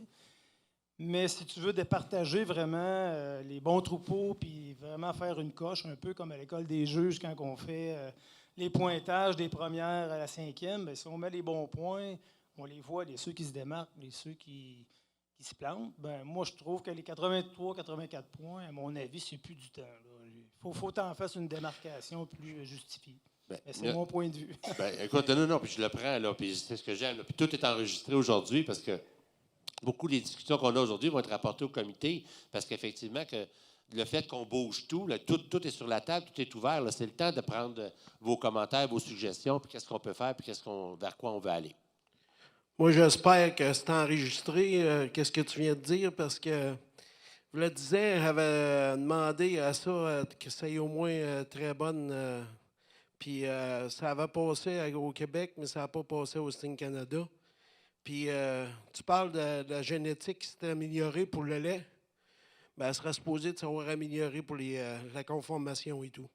Puis je pense qu'on est bien en arrière de faire compter des vaches 83-84 points pour des points de maître éleveur. Puis ça fait longtemps que je le dis. Puis comme Jocelyn, je l'approuve à 200 %. Une vache qui est pas belle, elle peut en faire du lait. Puis une vache, selon comment est-ce qu'elle est soignée, tu peux y en faire du lait. Fait que je pense que c'est bien plus facile de faire du lait à une vache que faire une conformation d'une vache. Puis je ne le sais pas, là, mais... Puis le point à Hans, des vaches à 100 000 kilos, premièrement, il faut qu'ils vivent pour faire jusqu'à 100 000 kilos. Il faut qu'ils vivent jusque-là. Puis j'en fais beaucoup d'étables Oui, c'est vrai que la production a augmenté partout. Puis c'est vrai qu'il y a des vaches qui font 50, 60, 70 000 kilos en 3-4 lactations. Mais qui se rendent jusqu'à 100 000 kilos, il n'y en a pas tant. Fait que prenez ça en considération. Des vaches à 100 000 kilos, c'est très important. Puis des vaches qui comptent pour les points de maître éleveur qui ne sont pas très bonnes en 2023, moi, je pense que ça n'a pas sa place. Merci. Merci. Bon commentaire. Merci, Pierre. On va le prendre en note, Monsieur le Président du comité. Gilles, on va noter ça. Est-ce qu'il y en a qui ont d'autres questions?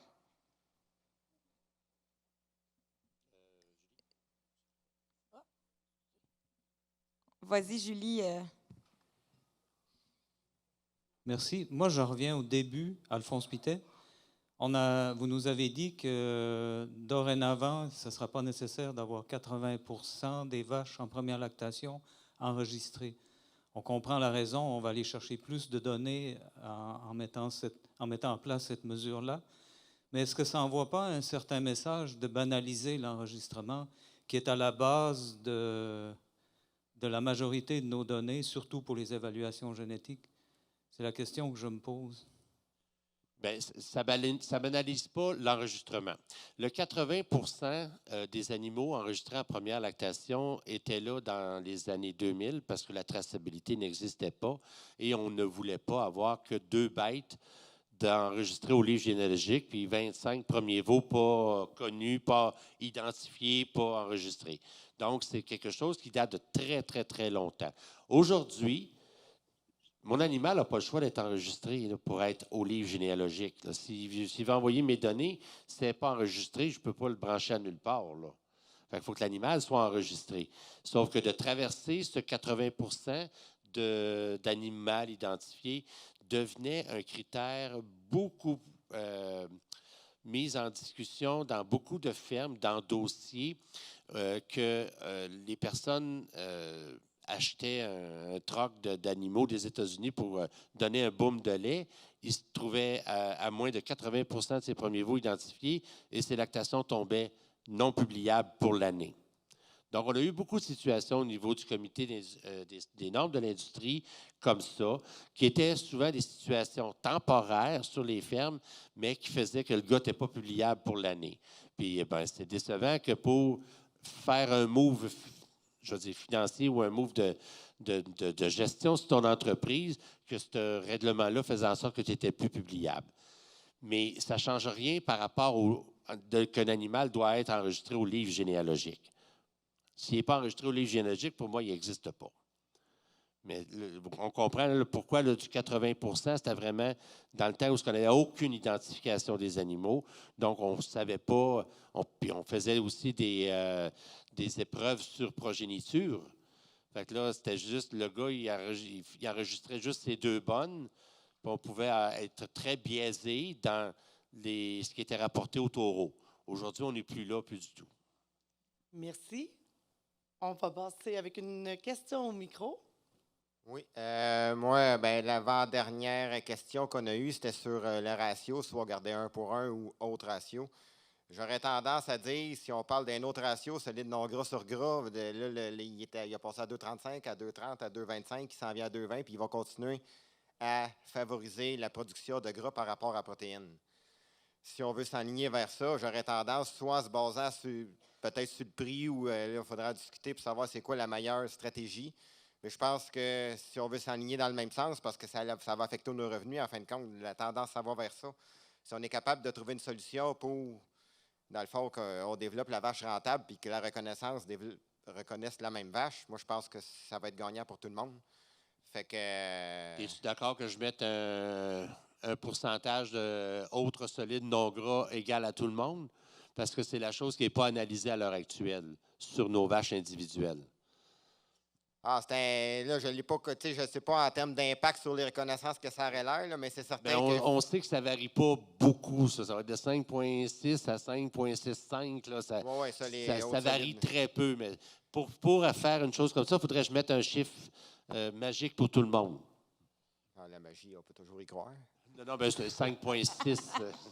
Non, mais tu comprends ce que je veux dire. C'est juste de s'aligner, essayer de... Si on peut aligner nos reconnaissances dans le même sens que l'industrie s'en va, je pense que ça va être gagnant, puis c'est plus facile à justifier après ça quand tu présentes une reconnaissance qui reconnaît Bonne Vache.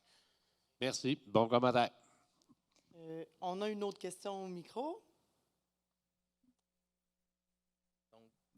Allô? Oui. Donc, j'ai une question par rapport aux incitatifs à faire le contrôle vérifié par rapport au contrôle de gestion. On parle que les données, si j'ai bien compris la présentation, que les données de gestion y seraient incluses pour le maître éleveur. On a parlé que les données de gestion sont publiables, qu'il y a une lettre de différence. Mais Non, je vais t'arrêter. Les données de gestion ne seront pas admissibles pour les reconnaissances demain matin. OK, mais vous avez parlé s'il n'y avait pas de données de gras et de protéines. Non. Ça, c'est les données robotisées. Le niveau lait monte aux reconnaissances, mais pas le gras et la protéine parce qu'il ne provient pas de capteurs certifiés. OK. Mais mon robot qui utilise j'ai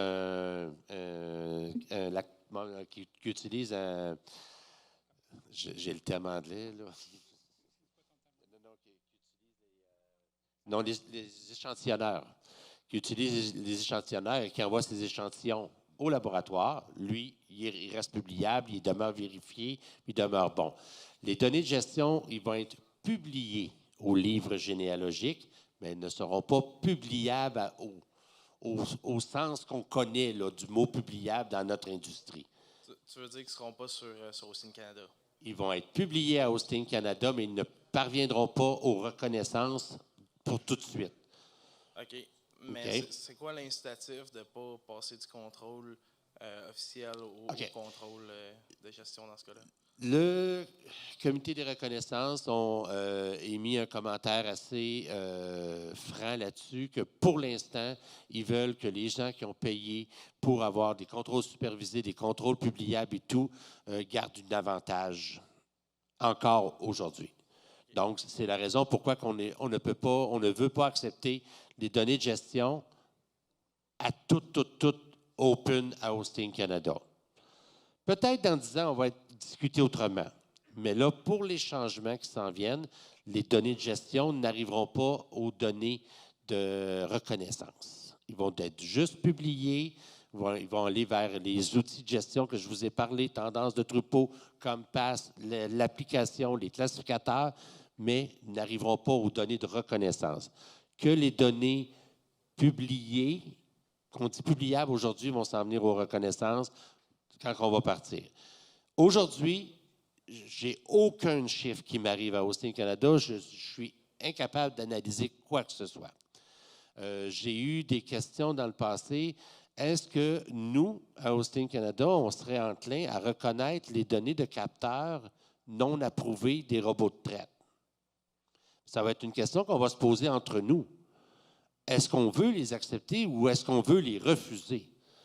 Si, entre nous, pour nous, on les accepte, bingo, mais là, je vais les recevoir. Aujourd'hui, je ne les reçois même pas. Mais demain, si je les reçois, on va se poser la question, puis on va se dire, oui, avec telle validation, avec telle mesure de contrôle, oui, on serait enclin à ce qu'il soit participatif à toutes nos reconnaissances. Mais ça va être des questions qu'on va se poser entre nous autres au fil des 15-16 prochains mois. Merci, parce que les données génétiques, c'est seulement le contrôle officiel, donc il ne faudrait pas perdre la fiabilité de nos épreuves. Non, exactement. Puis ça, Mario l'a bien spécifié. Les données de capteurs non certifiés ne monteront pas aux évaluations génétiques. Et actuellement, il y a quand même la qualité des données, mais aussi la quantité des gens qui veulent faire le contrôle officiel, parce qu'il n'y a pas d'avantage à faire le contrôle officiel comparé au contrôle de gestion. J'en connais une maudite gang qui vont aller voir le contrôle de gestion s'ils peuvent vendre des animaux puis montrer que leur vache avait une lactation de « Ah, ma vache a une lactation de 12-13 000 kilos. » Il y a beaucoup de gens qui font du commerce en ce moment qui sont sous le contrôle officiel pour pouvoir faire du commerce. Oui, je suis entièrement d'accord avec ton commentaire. Et puis, c'est là la question que chaque producteur a à se poser. La personne qui fait aujourd'hui du contrôle dit publiable et vérifié, s'il n'y a aucun aspect à concourir pour les reconnaissances, maître éleveur, les supérieures productions, les vaches étoiles, ces choses-là, Mais peut-être qu'il peut tomber à des données de gestion juste pour sa commercialisation. Et c'est ce que Mario a bien dit, là, les gens vont avoir des questions à se poser, à savoir vers quoi ils s'en vont. Alors, j'ai reçu aussi une question cellulaire de Dave Tourigny, Right Star Holstein, qui demande pourquoi ils mettent encore une limite à excellente 4E et 135 000 kilos. Pourquoi il n'y a pas plus de pointage, une 150 000 kilos ou une 5E, c'est ça? Non. Présentement, on a travaillé avec des plafonds de 6 points pour le côté production, 6 points pour le côté conformation. Je pensais que ça faisait... On se posait la question. Puis ça va être... Nous, au comité, on va se la poser la question. Est-ce qu'on doit limiter à 6? Aujourd'hui, une vache ne pouvait pas donner plus que 12 points, puis peut-être 2 points bonus avec ses 7e et 8e lactations. Est-ce qu'on ouvre... Parce que là, présentement...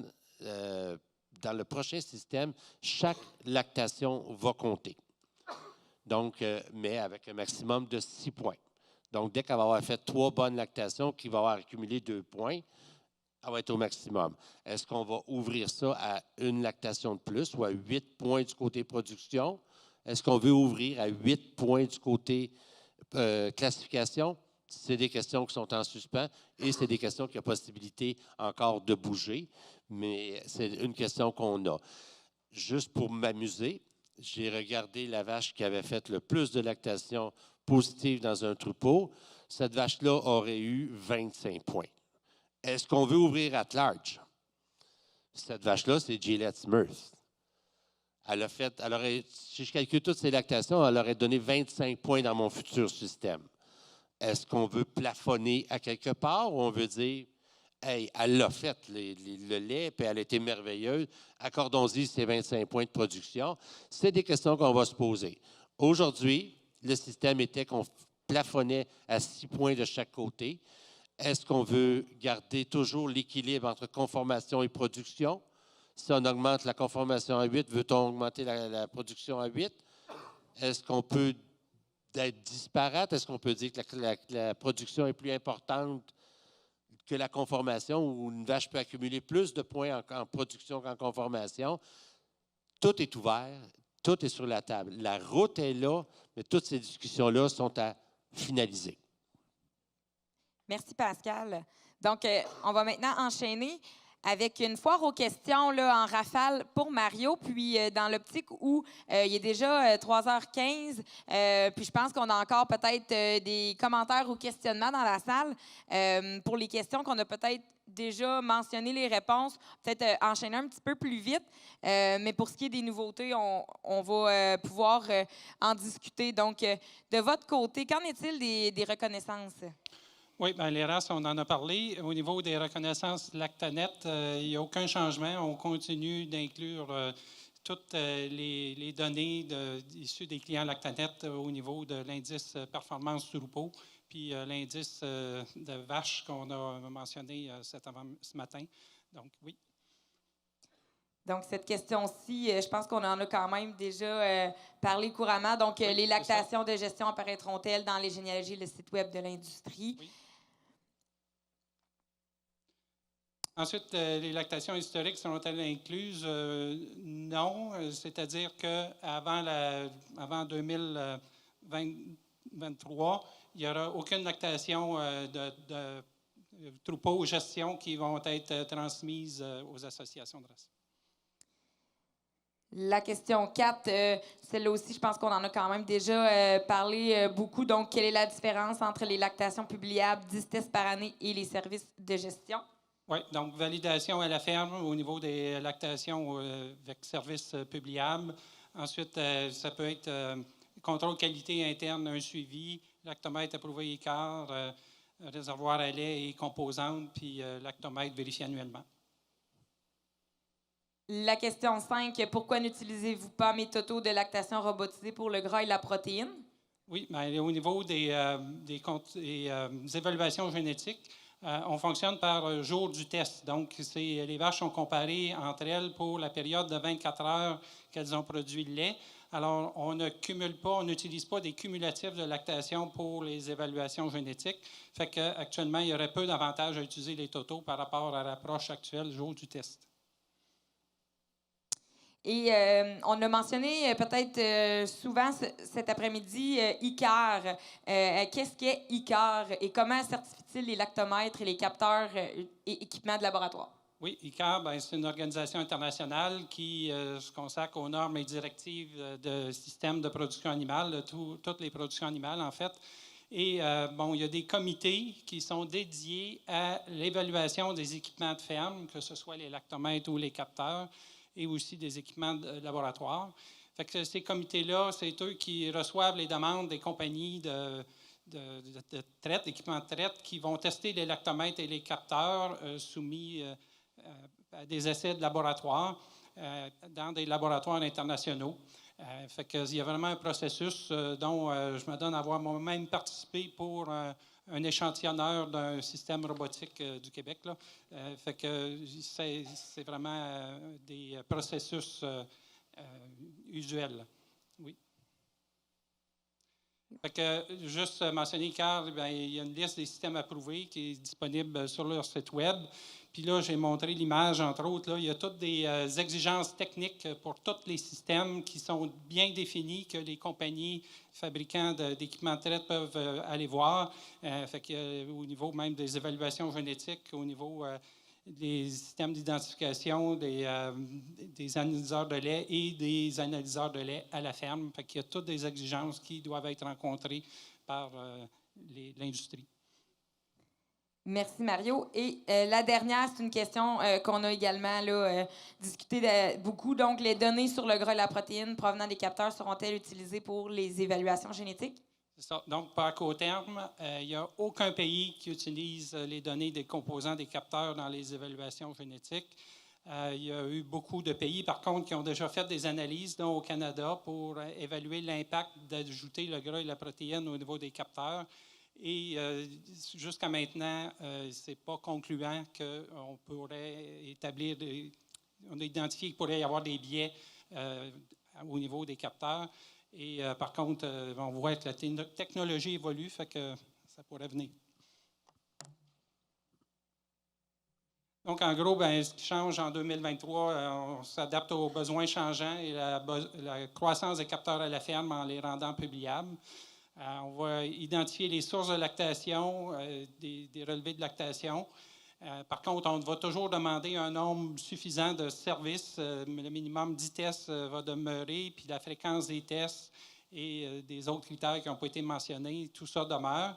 Et encore une fois, pour conclure, les clients qui envisagent un changement de service doivent d'abord consulter leur association de race parce qu'eux vont gérer selon les étiquettes qu'ils reçoivent pour chacune des lactations, qu'est-ce qu'ils font avec. Donc, pour la suite de cet après-midi, en fait, nous avons en conclusion quelques questions qui seront à votre aise, soit au micro dans la salle, ou vous avez aussi la possibilité d'inscrire en commentaire sur le Mentimeter ce que vous pensez, ce que vous avez dans la tête. Donc, ils vont apparaître à l'écran de façon anonyme également. Et puis, dans le fond, quand l'activité va se terminer, évidemment que ces commentaires, ces questionnements-là que vous avez seront transmis aux personnes concernées, car par la suite, on a les résultats du sondage, évidemment. Donc, vous allez être entendus, vous allez être lus. Donc, n'hésitez pas là, à nous faire part de vos commentaires en lien avec les prochaines questions en conclusion. Je me permets de demander, dans l'optique où les gens dans la salle, les membres, ont des opinions, ont des changements à proposer. Vous avez évidemment le comité qui va être formé, mais est-ce que ça vaut la peine déjà de penser à des résolutions pour l'an prochain? Ça va être quoi la suite de ça? Est-ce qu'on est rendu à parler de résolution pour l'an prochain ou on attend qu'il y ait quelque chose de plus précis d'annoncer? Je veux pas qu'on attende jusqu'aux résolutions, parce qu'une résolution, c'est pour changer des choses qui sont en force. Je pense qu'on est beaucoup mieux en discussion, puis d'amener vos points au comité des reconnaissances, soit à moi, soit à Gilles, qui est le président, Gilles Côté, qui est le président du comité des reconnaissances à Hosting Canada. Comme je le répète, je vous ai tracé la route que le conseil d'administration a placée pour les changements à venir. Il nous reste beaucoup de choses à fixer.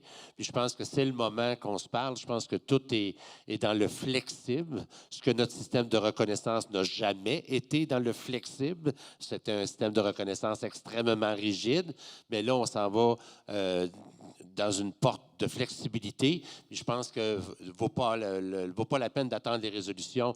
Approchez-moi. Vous pouvez m'envoyer un email si vous voulez. Ça peut être plus contraignant pour vous, à moi, à Gilles. Mais parlez-nous, c'est le best, c'est le mieux.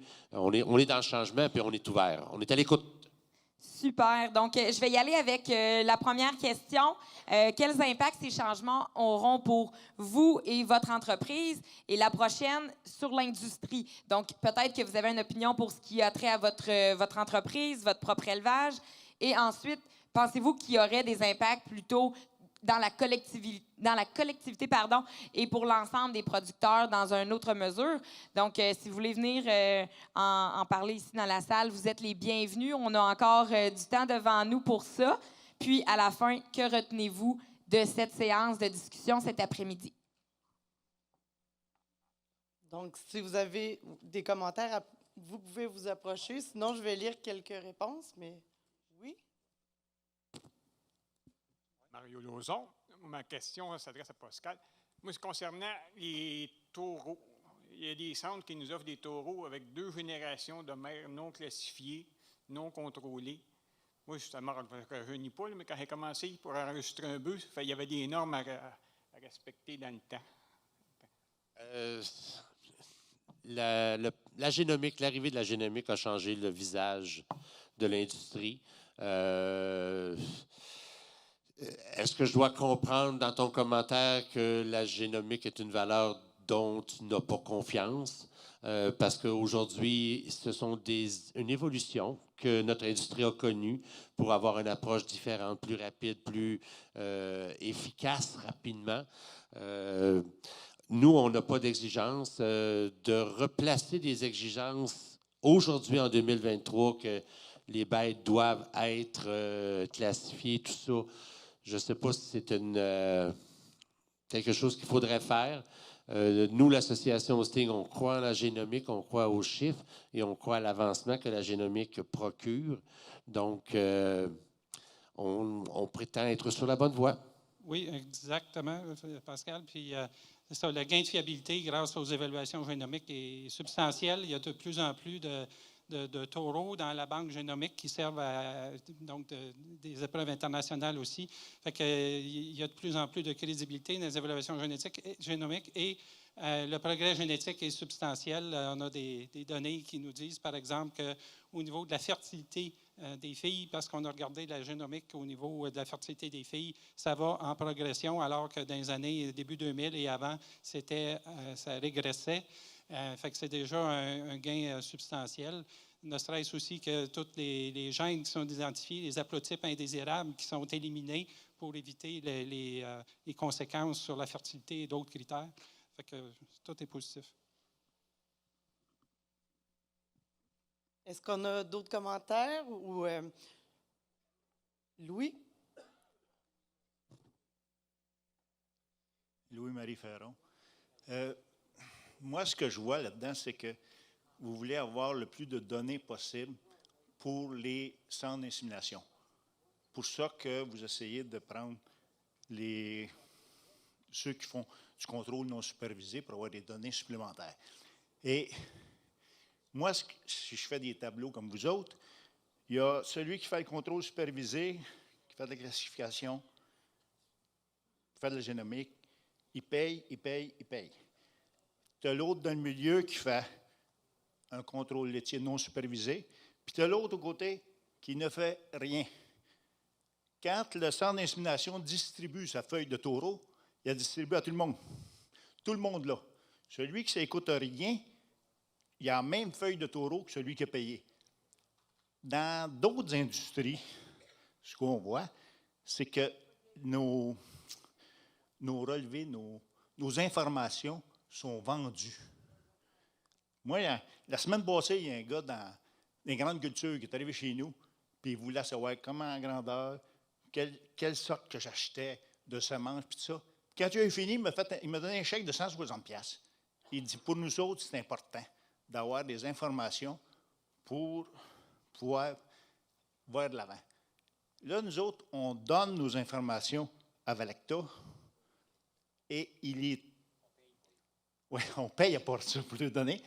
Et puis, eux, ils les donnent au centre d'insémination. Il n'y a pas moyen que Valacta vende nos informations au centre d'insémination. Je sais que ça fera monter le prix des taureaux, mais c'est tout le monde. C'est les 3 groupes qui paieraient cette augmentation. Puis si nous autres, ça permettrait de faire baisser nos prix pour vous fournir les informations, je trouve que ça serait plus équitable que comme c'est là. Parce que celui qui ne paye rien, il a autant d'informations que nous autres. Un commentaire rapide pour répondre, c'est que les centres d'insémination, ils payent aussi pour avoir des épreuves de leurs taureaux. Des frais qui sont établis, que chaque taureau est éprouvé, le centre d'insémination doit payer. Il doit même payer pour avoir l'épreuve génomique à la base, s'il veut vendre de la génomique.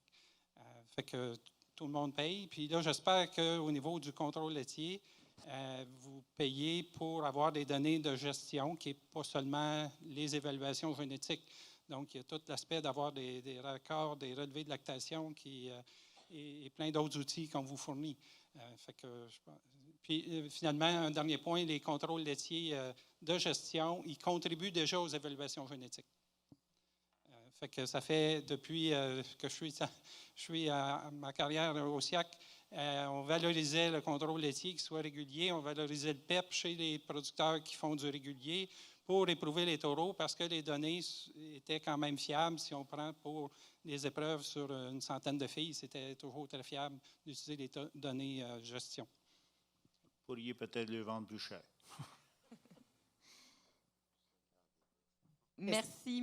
Puis je pense que ça fait quand même un bon survol résumé de dire, bon, ben là, aujourd'hui, on a discuté de la valeur des données, puis c'est un dossier que c'est pas la première fois qu'on en parle ici en congrès même de ce dossier-là, mais évidemment que des changements comme ce qu'on a discuté aujourd'hui viennent rappeler un petit peu comment on voit ça au sein de l'industrie. Donc, merci pour ce commentaire. Est-ce qu'il y avait quelques derniers commentaires? Sinon, on peut peut-être lire quelques réponses des impacts que vous pensez que ça aura ça, sur vous et sur votre entreprise. Il y a beaucoup de commentaires. Il y en a qui disent aucun, peu de changements. Évaluer si on cesse d'utiliser le technicien pour faire le contrôle. Il faut être inclusif en ce qui concerne le fait d'aller chercher des nouvelles données pour les évaluations génétiques, mais nos reconnaissances doivent continuer de reconnaître l'élite. À quoi servent les reconnaissances au juste? Est-ce que ça aide un producteur dans la gestion de son entreprise? C'est en question. Assimiler les 3 portes et les opportunités qu'elles apporteront. Pas énormément de changements, juste à s'habituer à la nouvelle situation. Aucun, pas beaucoup, mais il y en a qui vont changer parce qu'ils vont prendre le chemin le moins coûteux pour leur entreprise. Probablement bénéfique sur un troupeau avec des performances globales plus équilibrées, avec moins d'extrêmes. Je crois que ça va brasser de beaucoup les cartes pour le titre et ce sera peut-être bon pour certains. Maître éleveur, probablement. Peut-être pas... OK. Nous continuerons le contrôle laitier supervisé. Puis, en deuxième question, s'il y en a qui veulent répondre au micro ou à vos cellulaires aussi, quel impact pensez-vous que ces changements auront sur l'industrie? On a comme réponse, à part une migration des producteurs vers les données de gestion, j'en vois aucun, et plus de contrôle pour moi. Ou plus de contrôle. Oui, c'est ça, je trouvais bizarre. Mais c'est écrit plus, mais j'en déduis qui veut dire ne plus. Oui, OK. Oui, c'est bon, ça. Je pense que c'est ça. Et peut-être la dernière question, c'était que retenez-vous de la présentation? C'est sûr qu'on a entendu un peu dans les commentaires les questions, mais si vous en avez d'autres, pas de gêne. Oui? Ben moi, je n'ai pas une question, mais je veux rassurer un peu tout le monde. Sur le comité des reconnaissances, on veut faire évoluer les choses, on veut donner plus d'informations à nos éleveurs. Présentement, au Canada, on donne de l'information à 35, 40, 45 de nos éleveurs. Puis là, on va apprendre à voir les nouvelles lactations, de quelle manière on va les recevoir de Lactanet. Puis pour le moment, on va étudier un petit peu. Mais soyez rassurés qu'on est à l'écoute de tous les éleveurs. On a eu des très, très bonnes questions. Sur le ratio gras-protéines, je pourrais répondre que oui, ça va être évalué. Mais là-dessus, je pourrais dire que le Canada, c'est un grand pays. Puis il faut s'adapter à chaque partie du pays. Parce que dans l'Ouest, le prix des composantes est extrêmement différent du Québec. Mais c'est des choses qu'on a regardées. L'autre chose que je pourrais répondre, qu'on étudie dans notre comité de reconnaissance, oui, on est à l'écoute des vaches qui font 100 000 kilos, des vaches qui font 90 000 kilos. On est à étudier, peut-être c'est des points supplémentaires qu'on va rajouter à ces vaches-là. T'sais, on dit, nos vaches, du côté production, on veut les barrer à 6 points. Mais tu sais, on est conscient qu'une vache qui fait 90, 100, 120 000 kilos, c'est des vaches d'exception. Puis peut-être que pour ces vaches-là, on devra rajouter des points supplémentaires. Puis, mais tous les commentaires qui ont passé ici aujourd'hui, on est à l'écoute, puis on est à faire évoluer notre système. Puis c'est à faire des réunions comme aujourd'hui, qu'on va mieux se positionner, qu'on va mieux prendre des virages pour l'avenir. Et juste à rajouter à ce que mon président Gilles dit, c'est sûr qu'on ne fera jamais plaisir à tout le monde, à tout moment, à tout le temps. Mais les objectifs qu'on a, c'est vraiment d'aligner nos reconnaissances sur la profitabilité des vaches sur nos fermes. Puis c'est là que la génétique s'exprime, puis c'est là qu'il faut être. Fait que c'est les objectifs majeurs, puis c'est ce qu'on va aligner. Puis je veux que les commentaires, les suggestions que vous nous apportez soient alignés beaucoup sur la profitabilité des animaux sur vos fermes. Merci, Pascal. Donc, en terminant, j'espère que vous avez apprécié cet atelier de discussion. N'hésitez pas à en discuter autour de vous, avec vos clubs Holstein, autour de la table. Je pense qu'on peut avoir des très, très bonnes discussions autour de ça. On est, comme vous l'avez dit, au comité à Holstein Québec, le conseil d'administration, toute l'équipe, on est là pour vous écouter puis être à l'affût de ce que vous voyez pour le futur avec ça. Donc, merci de votre participation cet après-midi et d'avoir su rendre l'activité très intéressante et dynamique. Merci à Julie pour ton implication dans ce panel, mais également merci à Mario et Pascal d'avoir gentiment accepté l'invitation pour partager le fruit du travail de plusieurs semaines et mois de réflexion. Donc, merci beaucoup d'avoir été parmi nous. J'aimerais également mentionner que dans la suite de la programmation de ce congrès, nous aurons l'activité surprise qui sera juste à l'extérieur, de même que la vente silencieuse qui est présentement en cours, donc sur une table juste à l'extérieur de la salle à votre gauche. Elle prendra fin dans 15 minutes. Donc, si vous voulez aller jeter un dernier coup d'œil, la vente se terminera à 15h50, donc dans 15 minutes. Alors, sur ce, je vous souhaite une bonne fin de journée et on se dit à plus tard.